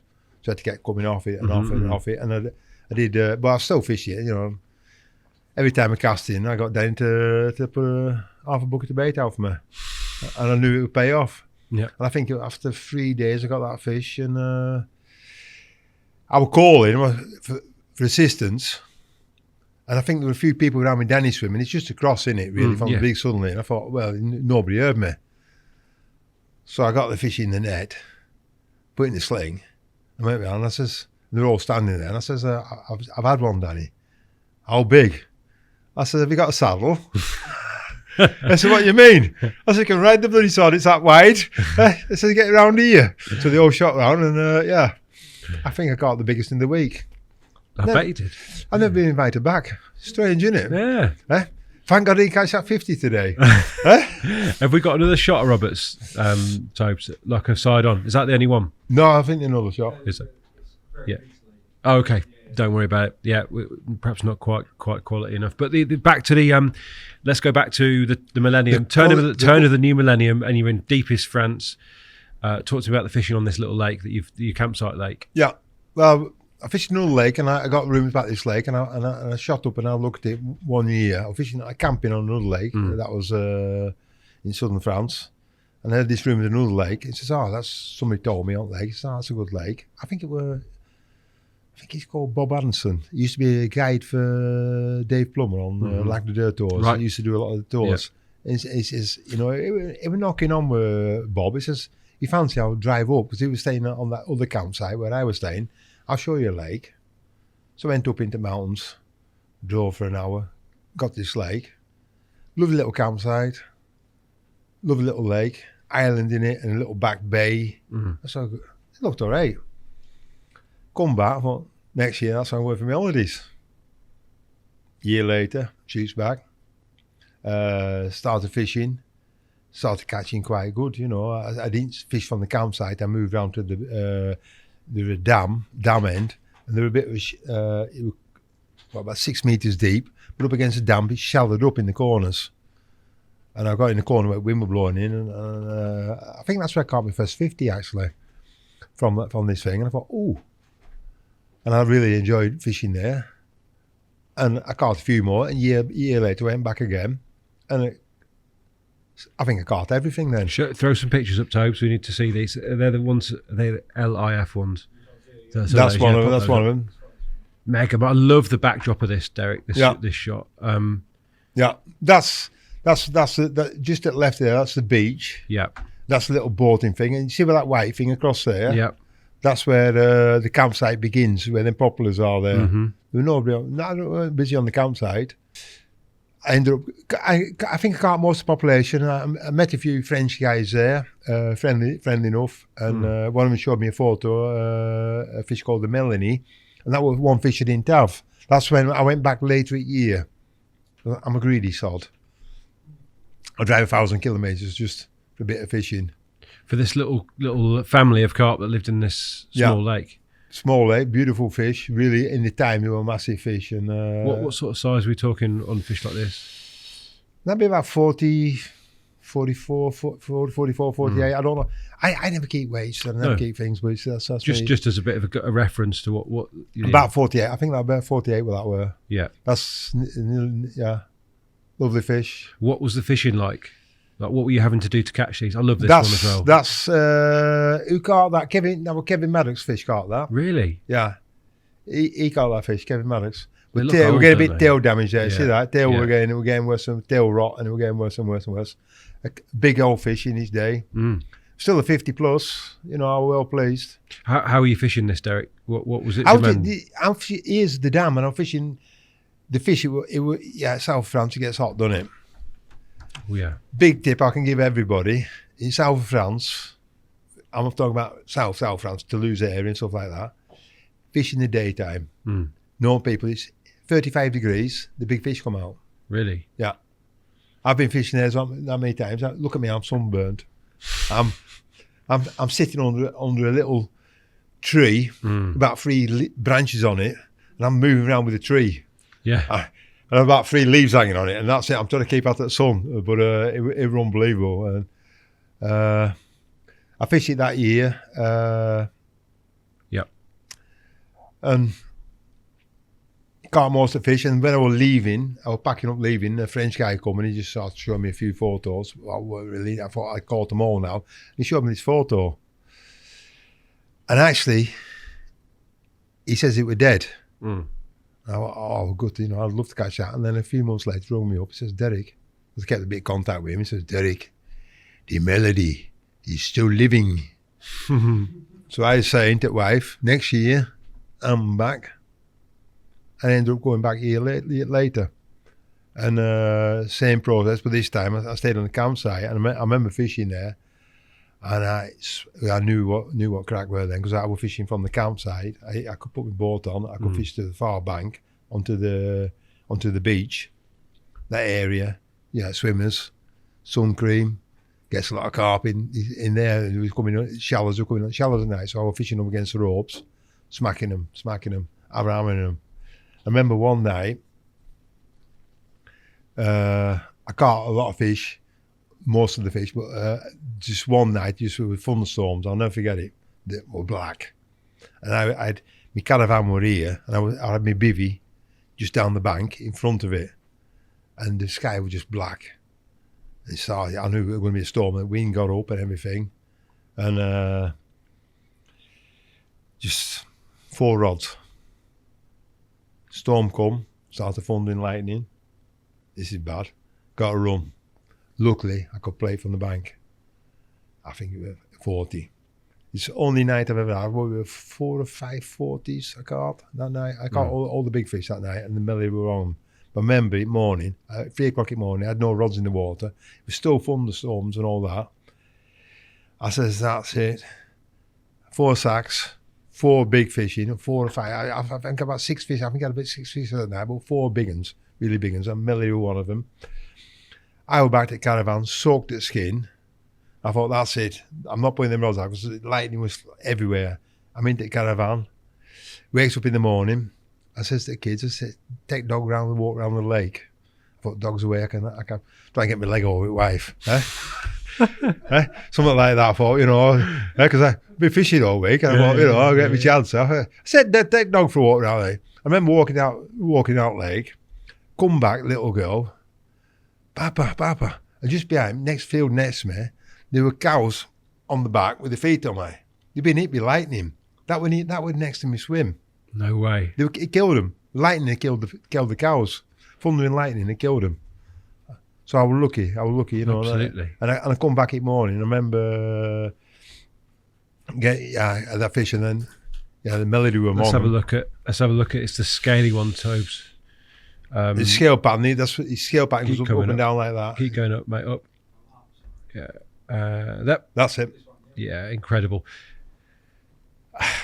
Would that be a typical carp for that part of France? Because it doesn't that's look like special carp. But you look at its scale pattern, you see that's why it's called melody. It's like the musical notes in it. Okay. That's why they call it melody. The fish had a name called melody. Incredible fish. About, I think 44, something like that. He doesn't. For once, mate. Oh, not for once, but to coin a cliche, it really doesn't matter. It doesn't matter when they look like that, does it? Well, it never does it? If it's £10, it's all that. Then fully scaled, fish like that, cracking fish, something special that. It took me a year though, because I had to wait a year to catch it. Yeah. But these were just 2 trips though, 2 trips and one. I did first time. I think first time I went it was in autumn. I did a little research trip for myself. Just drove down. I just drive 1,000 kilometres, just have a little look, fish for 3 nights, and then come in the car a couple. But I seen enough interesting to go back, and I did go back. And then I went with my family holidays. Took a couple of days off work. Drove before the Black Fridays in France and drove down with the caravan, because that was a long old drive. Because you can't drive fast with a caravan up back, can you? No, I guess not. Went there and a bit selfish to be honest, because there's not much for the children to do there. You know what I mean? It was just middle of nowhere and nice little lake with thing. But I said, well, go feed the ducks. I'm sure they made their own entertainment. Kids are resourceful, aren't they? I don't know. Nowadays. Well, yeah. You give me the Game Boys then, weren't they? Is it? Yeah. So I bought them both a Game Boy, didn't I? Oh, there you go. Bought my Game Boy. Play with a Game Boy and that was it. Make a dog for a walk around lake. Yeah. Well, mate, mega carp. I think one of the things that I did want to talk about that stood out from the Cassien trip, you brought 60 key of bait with you, right? You're rolling that bait yourself, and you still roll bait to this day, don't you? Yeah. They think I'm crazy, don't they? I'm like, Cole, you need it. Why do you do it? The reason I do it, and I explained to Danny this week, he brought freeze baits, didn't he? His freeze baits, after 3 days, it starts going white. You get white mold on, don't you? That's all the sugar's coming out. A ready-made, you won't. Another thing with me, I'm 100% confident with my own roll bait. That's, that was a trip. That's the old, I think that's the old big fish mix. I think this on the right side, that's not that corner. This corner's not my bait. I think that's Nash's squid mix. Yep. That's my mate's mix. Up on the left and the far right is all your big fish mix. Yeah, that's right. That's fish mix. I think that's right. Fish mix as well. This left, I think it was a new mix I was trying out for him. But it's a roll zone bait. But I mean that we rolled that day before. You can't keep it fresh. You got to air dry it, haven't you? Yeah. So we just plastic sheet, put it on the bank, fish away, dry as bait. Mm-hmm. Don't leave it out at night, as it'll go be gone in the morning. Yeah. Rats will have it, because that lake were full of rats, it were. They even in the daytime, run up bank nicking me boilies. Huh? I just don't know how you're spending a lot of time fishing as it is, and when you're home, you're going to be rolling bait. How are you fitting it all in? Well, it's 24 hours in a day, isn't there? You're not rolling. Yeah, you roll what you need, don't you? I mean, okay. I'll go home. I'll go home and I'll just do 100 kilo. I'll do 2 freezers full, and that's it. Then it'll keep me for a few months, and then I'll do the rest. So back then, did you have freezers as well? Or were you air drying? Are you rolling it as you needed it and air drying it on the bank? Air drying it on the bank, yeah. Still do it to this day. Do you? Mm. You don't worry about that, any kind of loss of, the attractive elements of a bait? No, normally now, because I do. If I'm in France, I like to air dry them, and I will take ready-mades, because ready-mades do catch fish. Don't get me wrong, but over the years I found I always got ready-mades back in my van. If I run out of bait, I can always move over to ready-mades. But I've noticed in my catch results, they go down a little bit. And it's a confidence thing as well. I was going to say, how much of that's in your mind? It's in your head. Yeah. And if you're fishing, you're doing 3 days on the bank, and you don't catch, well, what gets blamed mostly? The bait. But you keep yours very consistent because you're across every element of that process. It's everything. And if my bait starts turning, it gets better. Especially the cell, it gets better and better and better. Honest to God, it does. I won't use it if it's gone mouldy. It's gone mouldy, you got to throw it. I mean, it goes mouldy, it goes blue mould, then I won't use it. What size baits do you roll for your own fishing then? For your own fishing? Yeah. Well, most of my fishing now is in Holland and Belgium. They laugh at me, 28 millimeters. So not only are you having to roll your own baits, you're not even getting very much out of a mix at 28 mil. Well, you go through a fair bit of mix, don't you? Yeah. But you got to realise we've got a lot of bream and nuisance fish in Holland, don't we? Soon we've got them little catfish things. They eat loads of your bait, and you don't want to be hammered for the bream. But normally it's 24s, 28s. So do you think it's a false economy to put anything out under that sort of size because you're just feeding the wrong species? Yeah. You get hammered with bream. If I put 20 millimeters out, I'm getting hammered. Even 20s? Is that big bait for it? As you know, it's a big bait I know. Because I've been fishing with a load of guys this week. They're fishing with 12 millimeters. Yeah. And I'm thinking, I'm size 4 hooks. I'm thinking, they call me the caveman. I'm thinking, look at these volleys. But you seen it, didn't you? Yeah, it works. It works. It does, doesn't it? I mean, it's got me thinking, but you can't get away with it. Imagine me trying to roll 100 kilos of 12 millimeters. I couldn't. Life's too short for that. It definitely is. Especially when they're going to get eaten by a roach as well. Yeah. And don't forget, I've got a mixer. Yeah. It's not. I've got a mix beyond it. I've got a mixer. I've got a. Yeah, I've got, a mince machine, what's made into you put your dig in, it comes out like a sausage out, and then I've got a roller. We're going to be doing straight away, put them in, because if you get too hard, it was quite bad. But I mean, you get your boilies out. Don't have to be perfectly round or anything with me, because it's.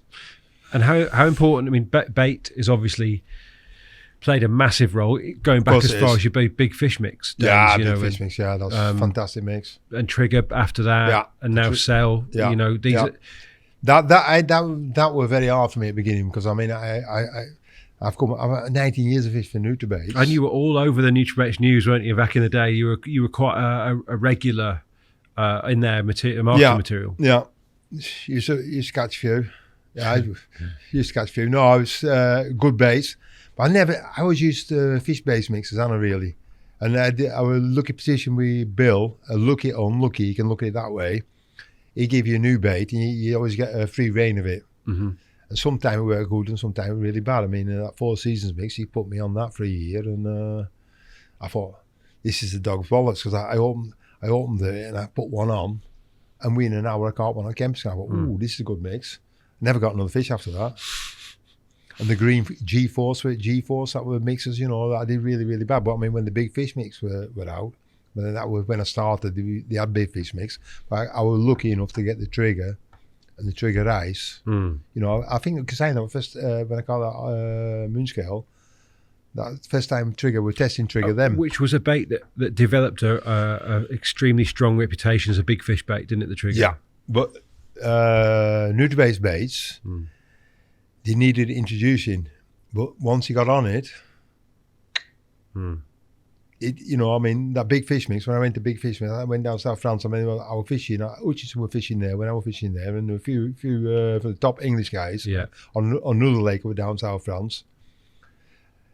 It might, because the area we're fishing, I wouldn't say I was putting a lot of bait out, but I was consistent. They were going on, weren't catching. And I was catching, but that big fish was used to catch. What note did you go with the whole cranberry black pepper oil?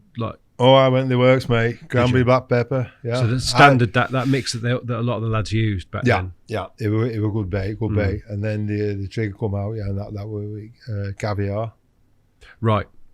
Really, really, really good. We caught a lot of fish, but it needed introducing. And when I moved over to Mainline, Danny asked me, I think it was last year, he asked me, he says, Derek, why do you ever try another bait? I've been fishing, 7 years now or something like that for Mainline? Yeah. He says, Derek, you only use one bait. Have you not tried the other stuff? Well, why? He says, well, you got other baits as well. So well, I'm catching on the cell.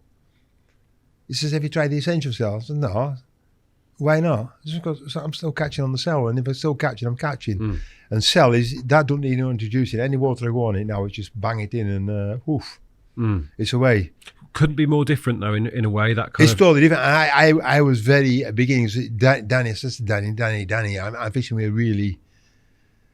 You know me. I think you've seen me when we were filming a few years. I'll eat anything. I've got to taste it. Yeah. It could be cow shit in it, I don't know. I have to taste it. I've got to look at it and look at it. And I looked at the cell and I thought, it's nothing, but there's something there. They just love it. They just seem to love it. I think by far and away the most successful mainline bait ever, isn't it? Cell, yeah. There's other baits, but I haven't tried them. I've just seen this new this fish mix. I'm quite interested in it. The ISO fish, yeah. So if you don't go on it though, do you? I bet you're going to stay on the cell nonetheless. Well, if he gives me a few bags, I'll try it. I give it a bash and see what happens. Yeah. But at a moment, but it's a cell ready made in a cell what I've home rolled. Mm-hmm. For me, it's a bit different. They both catch fish, but it's I think it's in between years. Do you actually enjoy the process of making your own bait, or is it a chore? It can be a chore if you're doing a fair bit of bait, and if I do need a lot of bait, I've got a couple of friends who got proper machines and I can just take it to the factories and roll it. I really appreciate it. They're good mates of mine, and I've got a good friend, Albert. He'll say, just come round and says, we'll roll some bait. But I do steamy baits as well. Do you? Yeah. I don't want the goodness going out. No. So it's steamy baits, I'll bang them in. I've got a little steamer at home and do a fair few kilos. I'm getting... Do you stick with the recommended inclusion of the liquids, or do you pep them up? No, I'm just everybody's surprised with me. Everybody's peps them up. They put flavors in. Flavors catch more fish, fishermen than fish in my eyes. Yeah, it's just that's me. It is. All I use is the activator. Was it for 10 kilos? Was it 400 kilo? No, how much is it? It's 300 in it. 300 things. That's all activate. That's all I put in. Yeah, nothing else. No extras. Nice and simple. Don't need it. I've seen that because I've seen peach and banana. Right. In the cell. I think they're selling in one of these lakes in France. Lad come on. I got invited to a lake and he says, I've got the cell. I looked at it, smelled it. I thought that's different to mine. That were freezer baits as well because I'm always interested in baits. And I looked at it. I thought, there's peach and bananas. I don't think these carp's ever seen a banana or a peach, have they? I mean, that's it. But I mean, you don't need it. Just keep it plain what it says. Activator without activating, it's different. You need the activator in it. When you are introducing bait to try and get fish accustomed to feed in an area that you're interested in, do you tend to find you're matching the hatch hook bait wise, Derek, or do you do something different? I might pop-ups, do a snowman, something like that. So I keep it quite simple, nothing special. Match the hatch, sell. But with a bit of a visual topper or something like that. Spring, I do like the old pineapples. Mm-hmm. Yeah, I like the pineapples. That's got me a lot of fish. Oversell. I do a lot of crushing baits. You know, I've been doing it a fair few years now, and it's getting quite popular the last few years. But I've been doing it a fair few years. I've been crushing a fair bit of bait. And then, is that when you think you can get away with it, or because obviously that sounds like bream fodder as well? So. Yeah, but it depends where I'm fishing. You know, lake I'm fishing at the moment. No, it's just gonna be 28s, and just that's it. But you got to remember back in the day when we were fishing, when we started carp fishing over in Holland. I mean, we were fishing with tennis ball size pace baits. Right. They were pace, and we're catching 10-pounders. Yeah. You know what I mean? And people say, ooh. That's what I just can't get my head around it. Everybody fishing with 12 millimeters now, and 15 millimeters is a small pop up. I'm asking, do you have bigger pop ups? You know what I mean? Mm. I brought some special look baits. So I don't mention it. I brought this time. I thought, well, you did, yeah. Yeah, 28 millimeters. Didn't come out of the bag though. Huh? Didn't come out of the bag. I didn't. They all laughing at me. They've all been laughing at me. So I thought, the hook baits wise, are they? Well, what are they? Are they cell? Are they cell, hardened? Yeah. Like, what did you do anything particular? Albumin, yeah. Albumin, yeah. I'll put a bit of iron in, put a bit more for hook base. Yeah. That's all I do extra, and then the rest is just normal cell. Okay, you don't sieve out, don't sieve out the coarser elements or anything like that. No, never bother. Yeah, if you're making cork ball poppers, I'll sieve them then, and I will just for my thing. I won't do. But I've got a sweet spot though, a soft spot for the pineapple pop-ups on the mainline. You know, it's caught me all to fish, especially in the spring. I catch loads of fish. And in terms of your, I mean, we're not talking necessarily about your French fishing now because that's something entirely different. But in your fishing back in the Holland and Belgium, do you tend to find that you're fishing for bites as opposed to? I always fish for bites. So you're happy to introduce the bait and then go back and fish relatively light over the top. Yeah. Yeah, I don't fish for it. I fish for fish. You know what I mean? If I start catching, I put more bait in. You know, and I'm in a lucky position now. I can fish for more days. I try to do 3-day sessions. If it's really, really good, I might do 4-day sessions. I've got the position. I don't bother baiting up the moor because I can do that. I used to have to bait up when I was working. Because you've got longer on the bank. I've got longer down. So when I come to a bank, I've done it a lot. I've been driving to canals, baiting up and stuff like that. And when I used to bait spots up, it's not the spots I used to fish at the night. When I used to drive home in the morning, I used to bait spot up, but you've been worrying all week, you're working all week, you're thinking, I bait that spot up, I hope nobody sees me, nobody comes onto the spot. You always used to worry about that. But I'm in a lucky position now. I don't need to do that. I can just say, right, I've got 3 days, 4 days off, I'll go. I won't put a massive bit of bait out. If I start catching, I'll start putting more and more out. But I just catch fish first, and then I go from there off. Don't. You can always put it in. You can't take it out, especially later in the year. And is this predominantly boilie fishing that you do now? Yeah. So what are we talking about for our first? Let's say one of the pits you've been fishing. What are you talking about for a first introduction of bait? Kilo less? No, but 2-3 kilo, yeah. Which is, by most people's standards, quite a lot of bait, I think. Not with people I fish with. No, perhaps not. No. But 2 to 3 kilos. I mean, people are putting 20 kilo out. You know, I mean, 2 to 3 kilos. I mean, on the same lakes. Yeah. Put 20 kilo out. They'll bait up with 20 kilo. Bait up with 20 kilo. Right, and then fish over it immediately. Yeah. Right. Yeah. That's a lot. Isn't it? I think that's a lot. I know somebody who puts 50 kilo out. He puts 50 kilo. Do you not think that just pushes you pushes your likely bite time back? No, but best part is he comes back day after he starts catching straight away. Really? Yeah, it's unbelievable. Do you think that's something that we get wrong then? Perhaps over here because you don't get those big hits certainly in the UK. Nobody puts 20 to 50 key out usually. I wouldn't have said. A few people will be. Yeah. Few people. You've got the confidence. I mean, I that's what I'm on about. 2-3 kilos, not a lot. No, not compared to that. You're right. No, that's what I'm about. I think if Mainline give me a lot more bait, I'd like to give it a go next year. You know what I mean? But yeah, you don't take advantage of it. You know. And is this 2 to 3 key of 20 8 mil freebies. Yeah, no, they'll be mixed, and there'll be 20s, 24s, 28s. Okay. Yeah, just because why do you mix the sizes?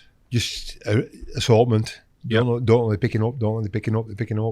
You know, the 20s Bream's gonna get on them, and that's it. And then carp will come and they push them off, and normally these 24s and 28s are still there. And the Bream, presumably you get some whacking great Bream in Holland. Big Bream. But I mean, the Bream, you know, even try and get the 28, you know what I mean? Yeah. I've actually caught them, you know what I mean? Have Hooked you? them in the mouth. On a 28 mil. So I think it's mates just shoving it down. It's get your lips out of that, lad. Yeah. I'm not saying that you're thinking, but you know what I mean? Have you ever measured their mouths? Like, it doesn't seem possible. Well, of a Bream. They can get a 28 mil. They try it. I've had them 24s. I've had them double 20s. You know, you hook them right in the centre bottom lip. And when you get because you run your Big Carp Adventures guiding service, how difficult is it to get people to, especially from the UK, to sort of change the way that they fish to the sort of more continental style that you use? But when then that's a totally different one. I'm talking about my own fishing now. What am I talking now? We're talking about my company now. Normally I go at canals. It's normally 20s then, isn't it? 20s. Still big by UK standards.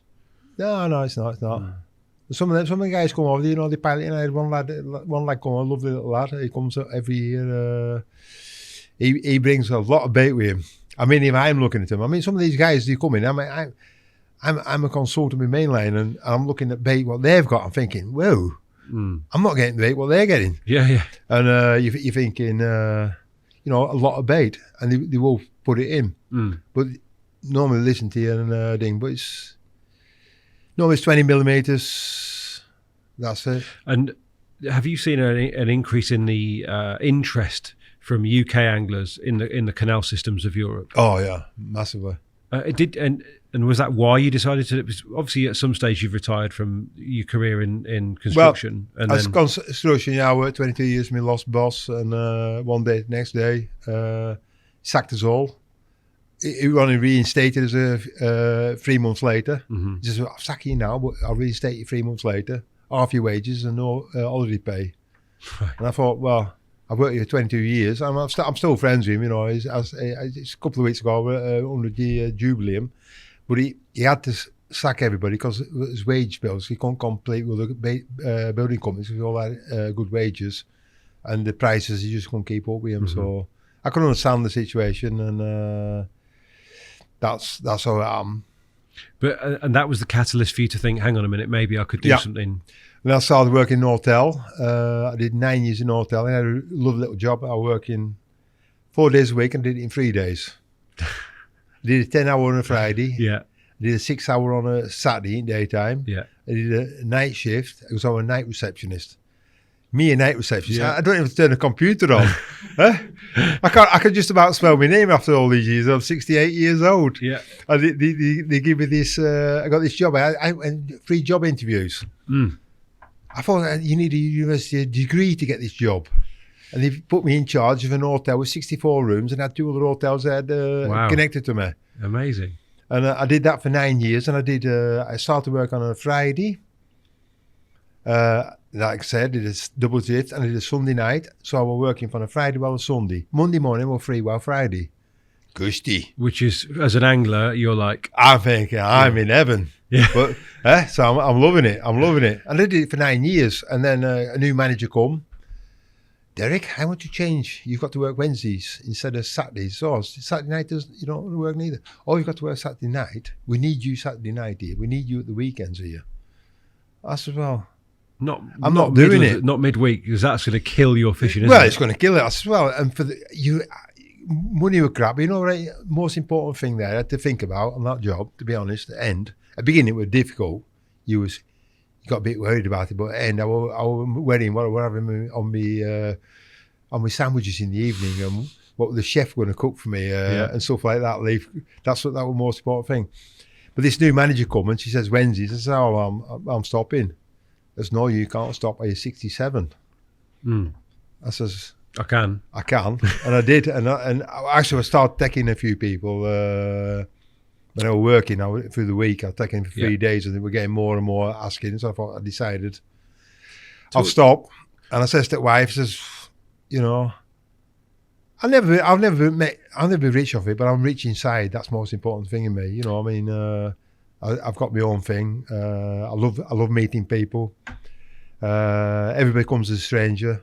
Everybody leaves as a friend. With my fishing, and a lot of my clients they rebook every year. You know, and they're not clients anymore. They're friends. Mm-hmm. You know, I love it, and I love meeting people. You get some really top end anglers, you know what I mean? Really top end. I learn a lot. You can learn from everybody. Yes, right. But you get people you can't even you know, they're worse than me. You can't even cast in. You know what I mean? You know, and you get all sorts, and it's lovely to meet every. You know, I love it. How does a guy who's, you know, you admitted to enjoying your own company, you and the dog. Yeah. How do you cope with having someone in your swim the whole time for however long they're with you? Yeah, I think one this year for 14 nights. 14 nights. Did you give him a discount for that for bulk booking? Yeah. No, it's been a few times. He's somebody I know. You get to know him, you know. And like I said, they come as clients, but the strangers, they're all friends. Nearly everybody leaves friends, and he's a really, really good lad. Lovely bloke, good fisherman. Yeah, enjoy his company. So that's you know, it's just enjoying it. But it's tough though, mate. You still got to be on duty the whole time. Yeah. It costing me fish, but I mean, I've got enough fish in my life. I get a bigger kick. Honest to God, this is gospel truth. If one of my clients catches a PB, I'm like Danny this afternoon. I'm like that. I'm giving it. It must be under, it's pressure there, Derek, as well. There is pressure, surely. Do you know what they're coming in for? I mean, I'm not fishing little garden ponds. I mean, I'm fishing these big shipping canals and stuff like that. You can catch a 10-pounder if you can catch an 80-pounder. It's that's it. They know what the score is. You know what I mean? I'm more gutted. It does happen. People go back. They don't catch. But it's most important thing. They enjoy themselves. They've learned something. They enjoy it. But I'm more gutted than them blokes. I can imagine. But if anybody catches, he catches fish. Well, I mean, I had one last week. A lad over, Dutch guy, come over. Did 3 nights. Really, really struggling. And it's just that canal can be very, very moody. I mean, it's been a funny spring this year. It's been cold and a lot of rain and stuff. Yep. Fish aren't spawned. It's getting spawning mode, and then you start to get spawning mode. You don't want your chips when you have a leg over, do you? No. So it's the same with fish. And I think they're a bit moody. They're not really feeding hard. So I mean, this lad, he comes to me and he's saying, "I'm pushing out finger. I want to go on the big canal." I mean, that's the unknown. Still the unknown. That's I want to go on the big canal. And I looked at him. What's his chances? 50-50. You never know. I really, really, really would like to catch a carp. So I put him on a stretch canal, and it's not easy. And backing up time, he just Rob bent off and had 44. So we're over the moon. And I bet you were too. I had a bigger smile on him. Yeah. And I'm still on cloud 9. What he can't. I just love it. And I am quite social. I love meeting people, talking to people. Cooking. But shy. I'm shy as well. Yeah. But, no, it's cooking. I love me cooking as well. Yeah. I do cook for him. I've had a couple of few years. They do some really good meals. Some of them don't like eating. I mean, Danny, I don't think he'll eat off me, will he? He won't have my meals. He's missing out, Derek. He's missing out. I met him a couple of meals in France a few years ago. And he enjoys them. But now he's got a bit of a. Oh yeah, he's doing his health regime. He's really doing. But I've knackered that up. I don't know, haven't I? You have fish and chips and KFCs all done. Yeah. That's him. In terms of the fishing that you enjoy away from the Guardian service, can you find the freedom that you once found in France elsewhere in Europe? Do you still want that? Don't really go to France more because when I started in France, fish north of France, there was nobody. You see nobody. started getting busy in North France. I started moving down to the middle of France. If I'm in France, I don't want to meet Dutch people. Okay. I don't want to meet English people. I don't want to meet Belgian people, German people. I just want to meet French people. Because everybody says French are funny. But if you meet the French people, when the French are there, with no Dutchies and no Belgians, French are really nice people. But you get you seem to get the groups. You get, it's the same. You get the group of people. Dutchies there, and the French won't talk to you then. But if they're quite open people, then you go for. And that, back in the day, we used to start in north of France, move down to the middle of France, getting away from the Dutchies, and then I go down to South France. But even now, if I go down to South France, a couple of years ago down to South France, and somebody popped their head round, have you got out? I'm like, I want to fish here because he sees you fishing there. He wants to fish here, so I'm not really keen on it. Even given the size of France and the innumerable lakes that it holds, you can't find that peace anymore. Maybe on rivers, some of the rivers, but even the rivers are getting busy. You know what I mean? It's got all these pioneers nowadays, aren't you? All these pioneers. You're reading about them every week in the magazines and stuff. I found this lake, but honestly, they're just getting point text. Go there, so many wraps, boom, you catch them. There's not many, but there's still lakes about. You know what I mean? There's a lot of water in France. There's water everywhere, you know what I mean? Even in Holland and in Belgium, there's still waters, you know. What has the scene? How has the scene changed in 40 years? Massively. 40 years ago, you 40 years ago, you weren't baiting. There were no such thing as pre-baiting. Because I remember the first time boilies come out, I started fishing with boilies, and first time I caught my fish, fishing in a local lake. I met some bait up, and my mate was still fishing with his paste baits, size as tennis balls. And he was smacking these 9-10 pounders out on the big baits, and I got these super duper boilies. What I met took me all evening to roll these little baits. Made a little carry wasn't even half a kilo, I think, but it took you all night. Yeah. With all that sodium cassinate and stuff like that, like rubber. When it used to get on your fingernails, it'd be there for a week. It was unbelievable. And you start making these baits, and you thought, now I've done it. And you found out about the air, because we used to side hook them then, and we found out about the air rig. Oh, I've cracked it now. Smacking them out, matey's still catching. I remember one day my bait was going and just turning a bit. I remember throwing it in, because I never heard of free baiting on a lake near my home. I threw it in and went back next evening with new bait. I've been rolling the night before, casting. Within 5 minutes, I had a run. And that's the first time. And you twigged that straight away. You were like, That's because my mate come to me, what we're fishing with his dig bait, and he couldn't get a run then. And he says, can I have one of them little balls of yours? So that was Holland then. What is the situation now? What does it look like? It's a lot more carp fishermen now. Yep. Back in the day, when boilies, he was talking about boilie time, before the boilie time. Back in the day, you baited a spot, respected, nobody fished it, kept away. Nowadays, you even pick a throwing stick up and somebody says you dive onto your swim. It's dog eat dog nowadays, to be honest. Some lakes, I've fished some lakes, some really, really nice people, they are nice, everybody's nice. But I mean, social media, we all work on it. We all work on it. We're doing it now, aren't we, really? Absolutely, We're doing it now. I can't really contradict it, but it's sad, really, when you catch a fish and you want to keep quiet about it and you can never get quiet anymore. Is this why there's a need for you to fish the no publicity waters, like we won't mention.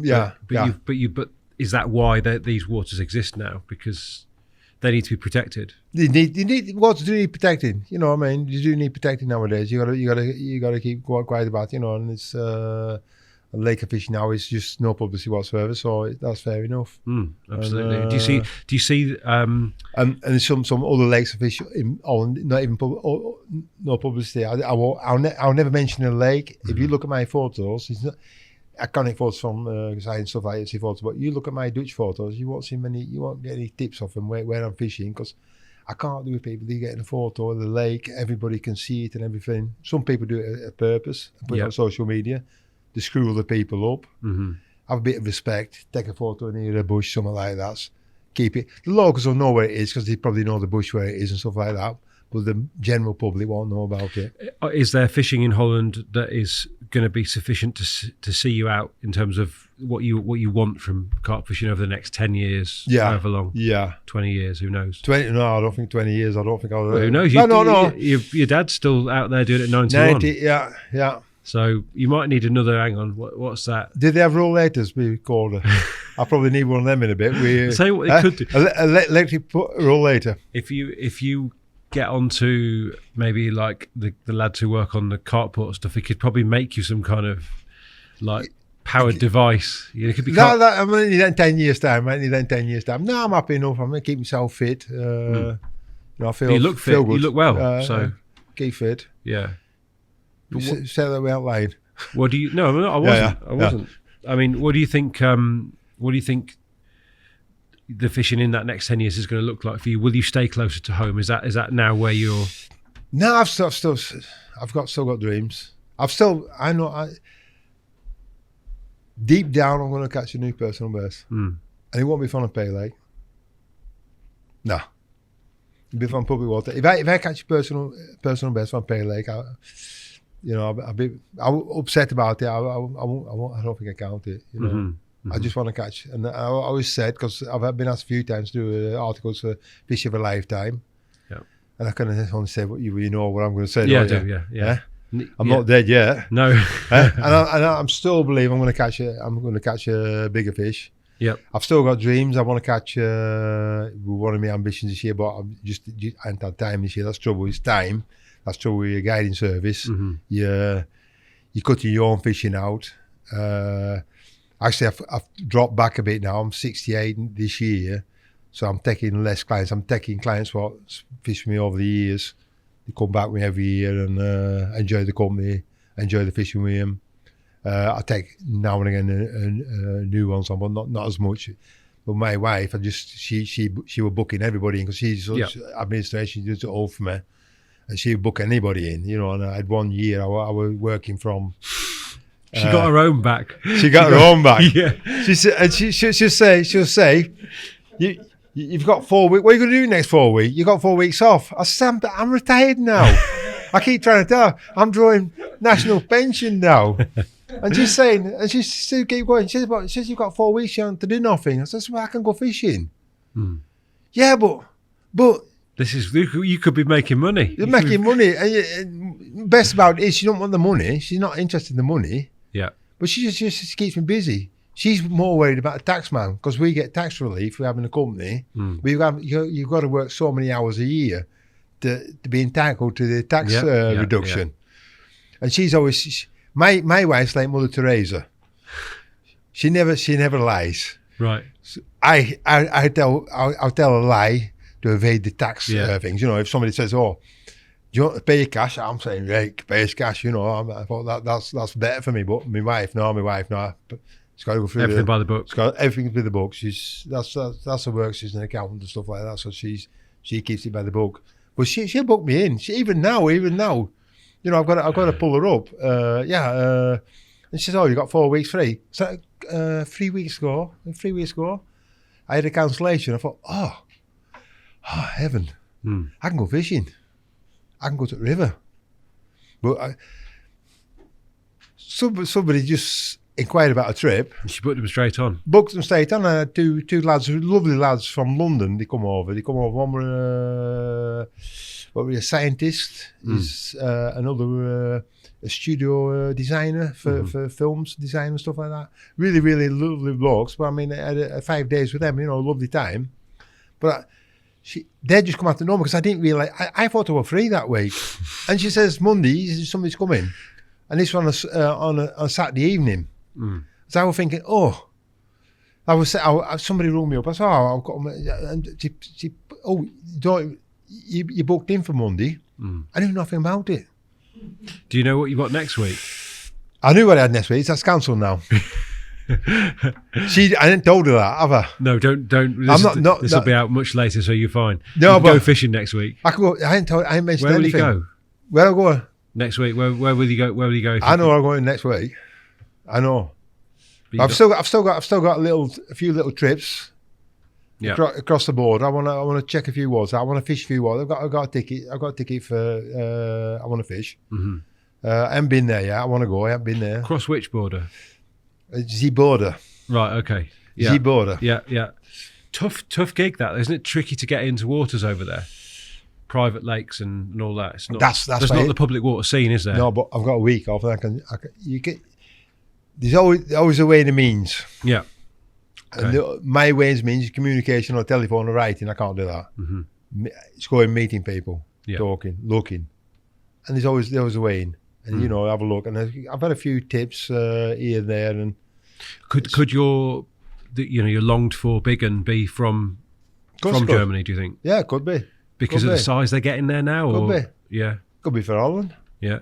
There's still fish. I mean, everybody talked about the black mirror years ago. A couple of years ago, they had the biggest fish in Holland. They were saying there were bigger fish swimming around, but nobody talked about it because nobody knew about it. We kept under the wraps.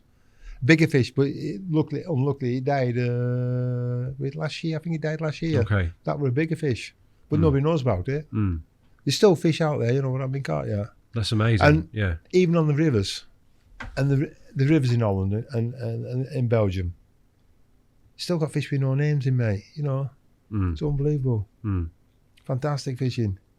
It surprises. I mean, a mate of mine, he had that fish. He did get caught, and it was bigger than the black mirror. Really? Yeah. My mate lost it for net. He was gutted. Well, I can imagine. It was a big fish, bigger than black mirror. And black mirror now it's 40. I don't know. It's about 40. I think it's about 41 kilos. It's over 90 pounds, isn't it, or something like that? Yeah. English pounds. Because Darrell keeps saying to me, Derek, he's saying years. So I mean, I knew about black mirror long before it was famous. I knew about it. I looked at the lake. I walked down. It's a small lake. Knew a couple of boats that were fishing it. For me, it was too busy. And that was before it was known. Yeah. So now it's a circus. It's a circus. And Darrell says, go for the black mirror. Beautiful fish, fantastic fish, but it's got to be on your terms. On my terms. I don't be fishing there and then somebody fishing there, and they all boating across one another, right, and knitting needles with the lines. You don't want that, do you? No. What do you think you do want then, if you could describe it now? Peaceful fishing. Just peaceful. Enjoying fishing. Yeah, just I catch fish where I want to catch, you know what I mean, and on my terms. Nets like this week, been on that lake, fantastic people, really. That's why that's dream fishing. You want to bring? I want that lake. I want to take it to Holland. Yeah. You think Danny will let me do that? Not sure, but I'm sure there'll be an embryo lake in Holland sometime soon. If there's not already. These one. Is there? Yeah, these one. Yeah. But he knows. It's a funny thing. I'm against embryo. I was against embryo. I don't like anything to do with pay lakes. I want to fish where I want, when I want. I mean, they're not pay lakes as such, are they? They're more club lake. You must have clubs in Holland, I guess, do you? Well, they're all club lakes, aren't they? But I mean, there's an embryo lake in Holland that used to be free fishing. And embryo took over it. It was clever because when I fished there, there was 250s in it. Caught one at 50s. I went on to it. I never got back to it. Caught the one fish and I'm one of these anglers. I can fish a lake for 3 months, super motivated. But after 3 months, I start losing. I get a bit stale. I've got to move on to pastures new, but I always come back. Then I'll go for another 3 months. That's one of my weakest points, because I can't. But is it because you're so intense during those periods? Yeah. Not as intense that bloke on that lake this week, but I mean that's next level. And that intensity, is that something that you find easy to maintain? You said you're 68 now. You still at a similar level? Are we still talking the same ballpark as when you were? I'm still keen as hell. Yeah, I'm still keen now. I'm up there.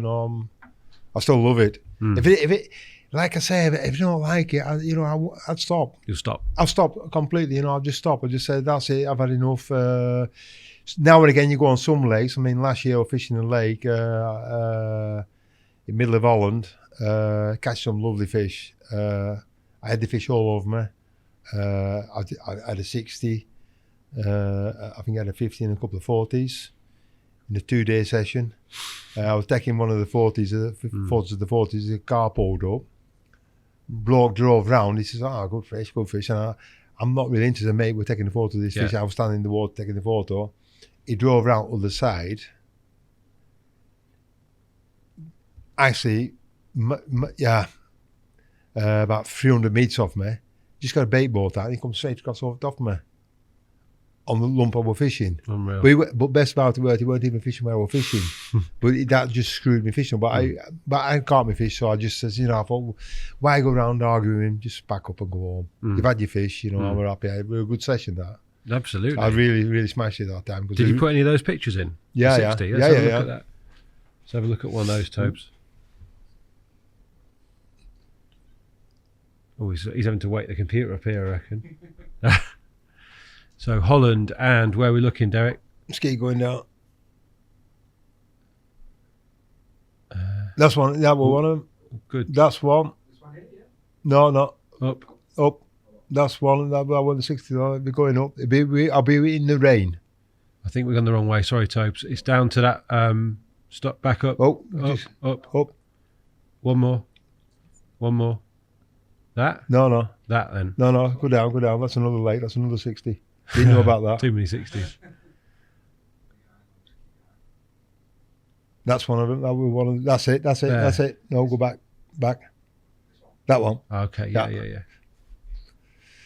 That looks like one of the like the Belgian fish that we fished for at Vasmere. No, but I mean the same sort of same strain, similar strain.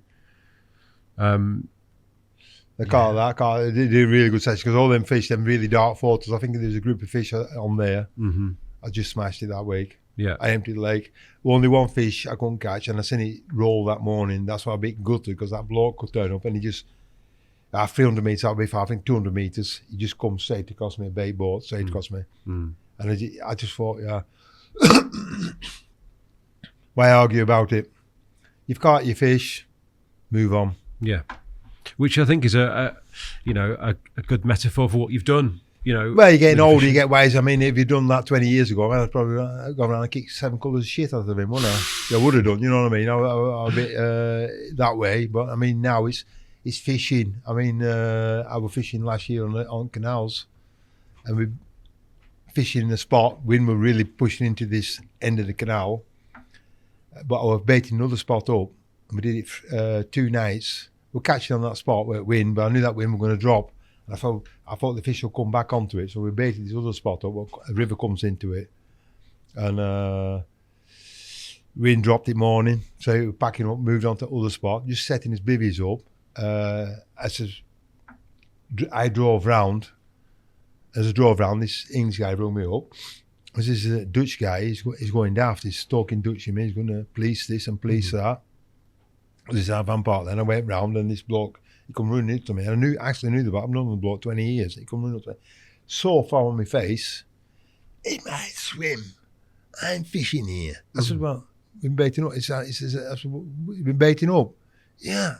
I was fishing 2 days, I hadn't even seen him. We've been baiting up this for my client. And I was so embarrassed for my client. I thought, I was going to an argument. I just packed up. I says, no. I says, mate, I seen his complexion just turn grey. I says, think about it, Rick. I says, it's fishing, mate. Yeah. It's nothing else. Take the swim you want it. You know what I mean? Just move on. You get older and you get wiser. Just let them go. That's my fishing. Yeah. So hence why you like the peace. Peace, quiet. And if it's, that's fishing. Enjoy peace. Just watching around me, just get the long lens out. Couple of birds not far bank. I'll get some to get the hotel lens going with the bikinis on. The local wildlife. Yeah. Don't see much local wildlife when I'm fishing anyway. No. Listen, mate, I think I've got one more question, and it's quite an important one, quite topical for the minute as well. I think England are in the opposite half of the draw to Holland in the Euros as we speak, so we might meet Holland in the I don't know, Tobes, is it the final? I'm not really sure. I think so, yeah. Who do you support? Who do you think? I'm born in England. Yeah. I've been living there 40 odd years. I'm still English. It's Still English. It's a blood. Thing of the blood. It's in the blood. Yeah. It's a bit quiet when we watch football at home. Because if they score, well, they don't normally score again. We normally beat them, don't we? But the last few years, they've been beating us, haven't they, Holland? Yeah. I get a bit upset if she starts jumping up and down because she's football daft as well, isn't she? I'll sit down, don't be an idiot, you silly cow. And I score, I'm jumping up and down. I would do a flip-flop once, I smacked my head on wall the one night. I remember that, never forget it. And she when they score, I said, sit down, you silly cow. Yeah. Thank you so much, mate. I appreciate that. Yeah. And hopefully we win. Well, I hope so. Yeah. But they won't, I hope they don't. Well, Holland won't get the next round, will they? They get knocked out, won't they? No, they will. They're good, mate. They're good, aren't they? Holland are good, unfortunately. But so are we, so... But they want to get Ten Hag, don't they, as manager? Then we'll see how good they are. That'll sink them. Yeah. That'll sink them. Man U, he's doing us. Yeah, that's life. Listen, mate, thank you so much. I know you've been up since 4 o'clock. It's been a long day already, hasn't it? Very long day, but finished. I mean, I've enjoyed it. I've enjoyed it. Yeah. You know, it's been good. It's been good. Thanks, Derek. Appreciate that, mate. Yeah, you're welcome, mate. Thanks for having us on. Not at all. Bye-bye. The Thinking Tackle Podcast.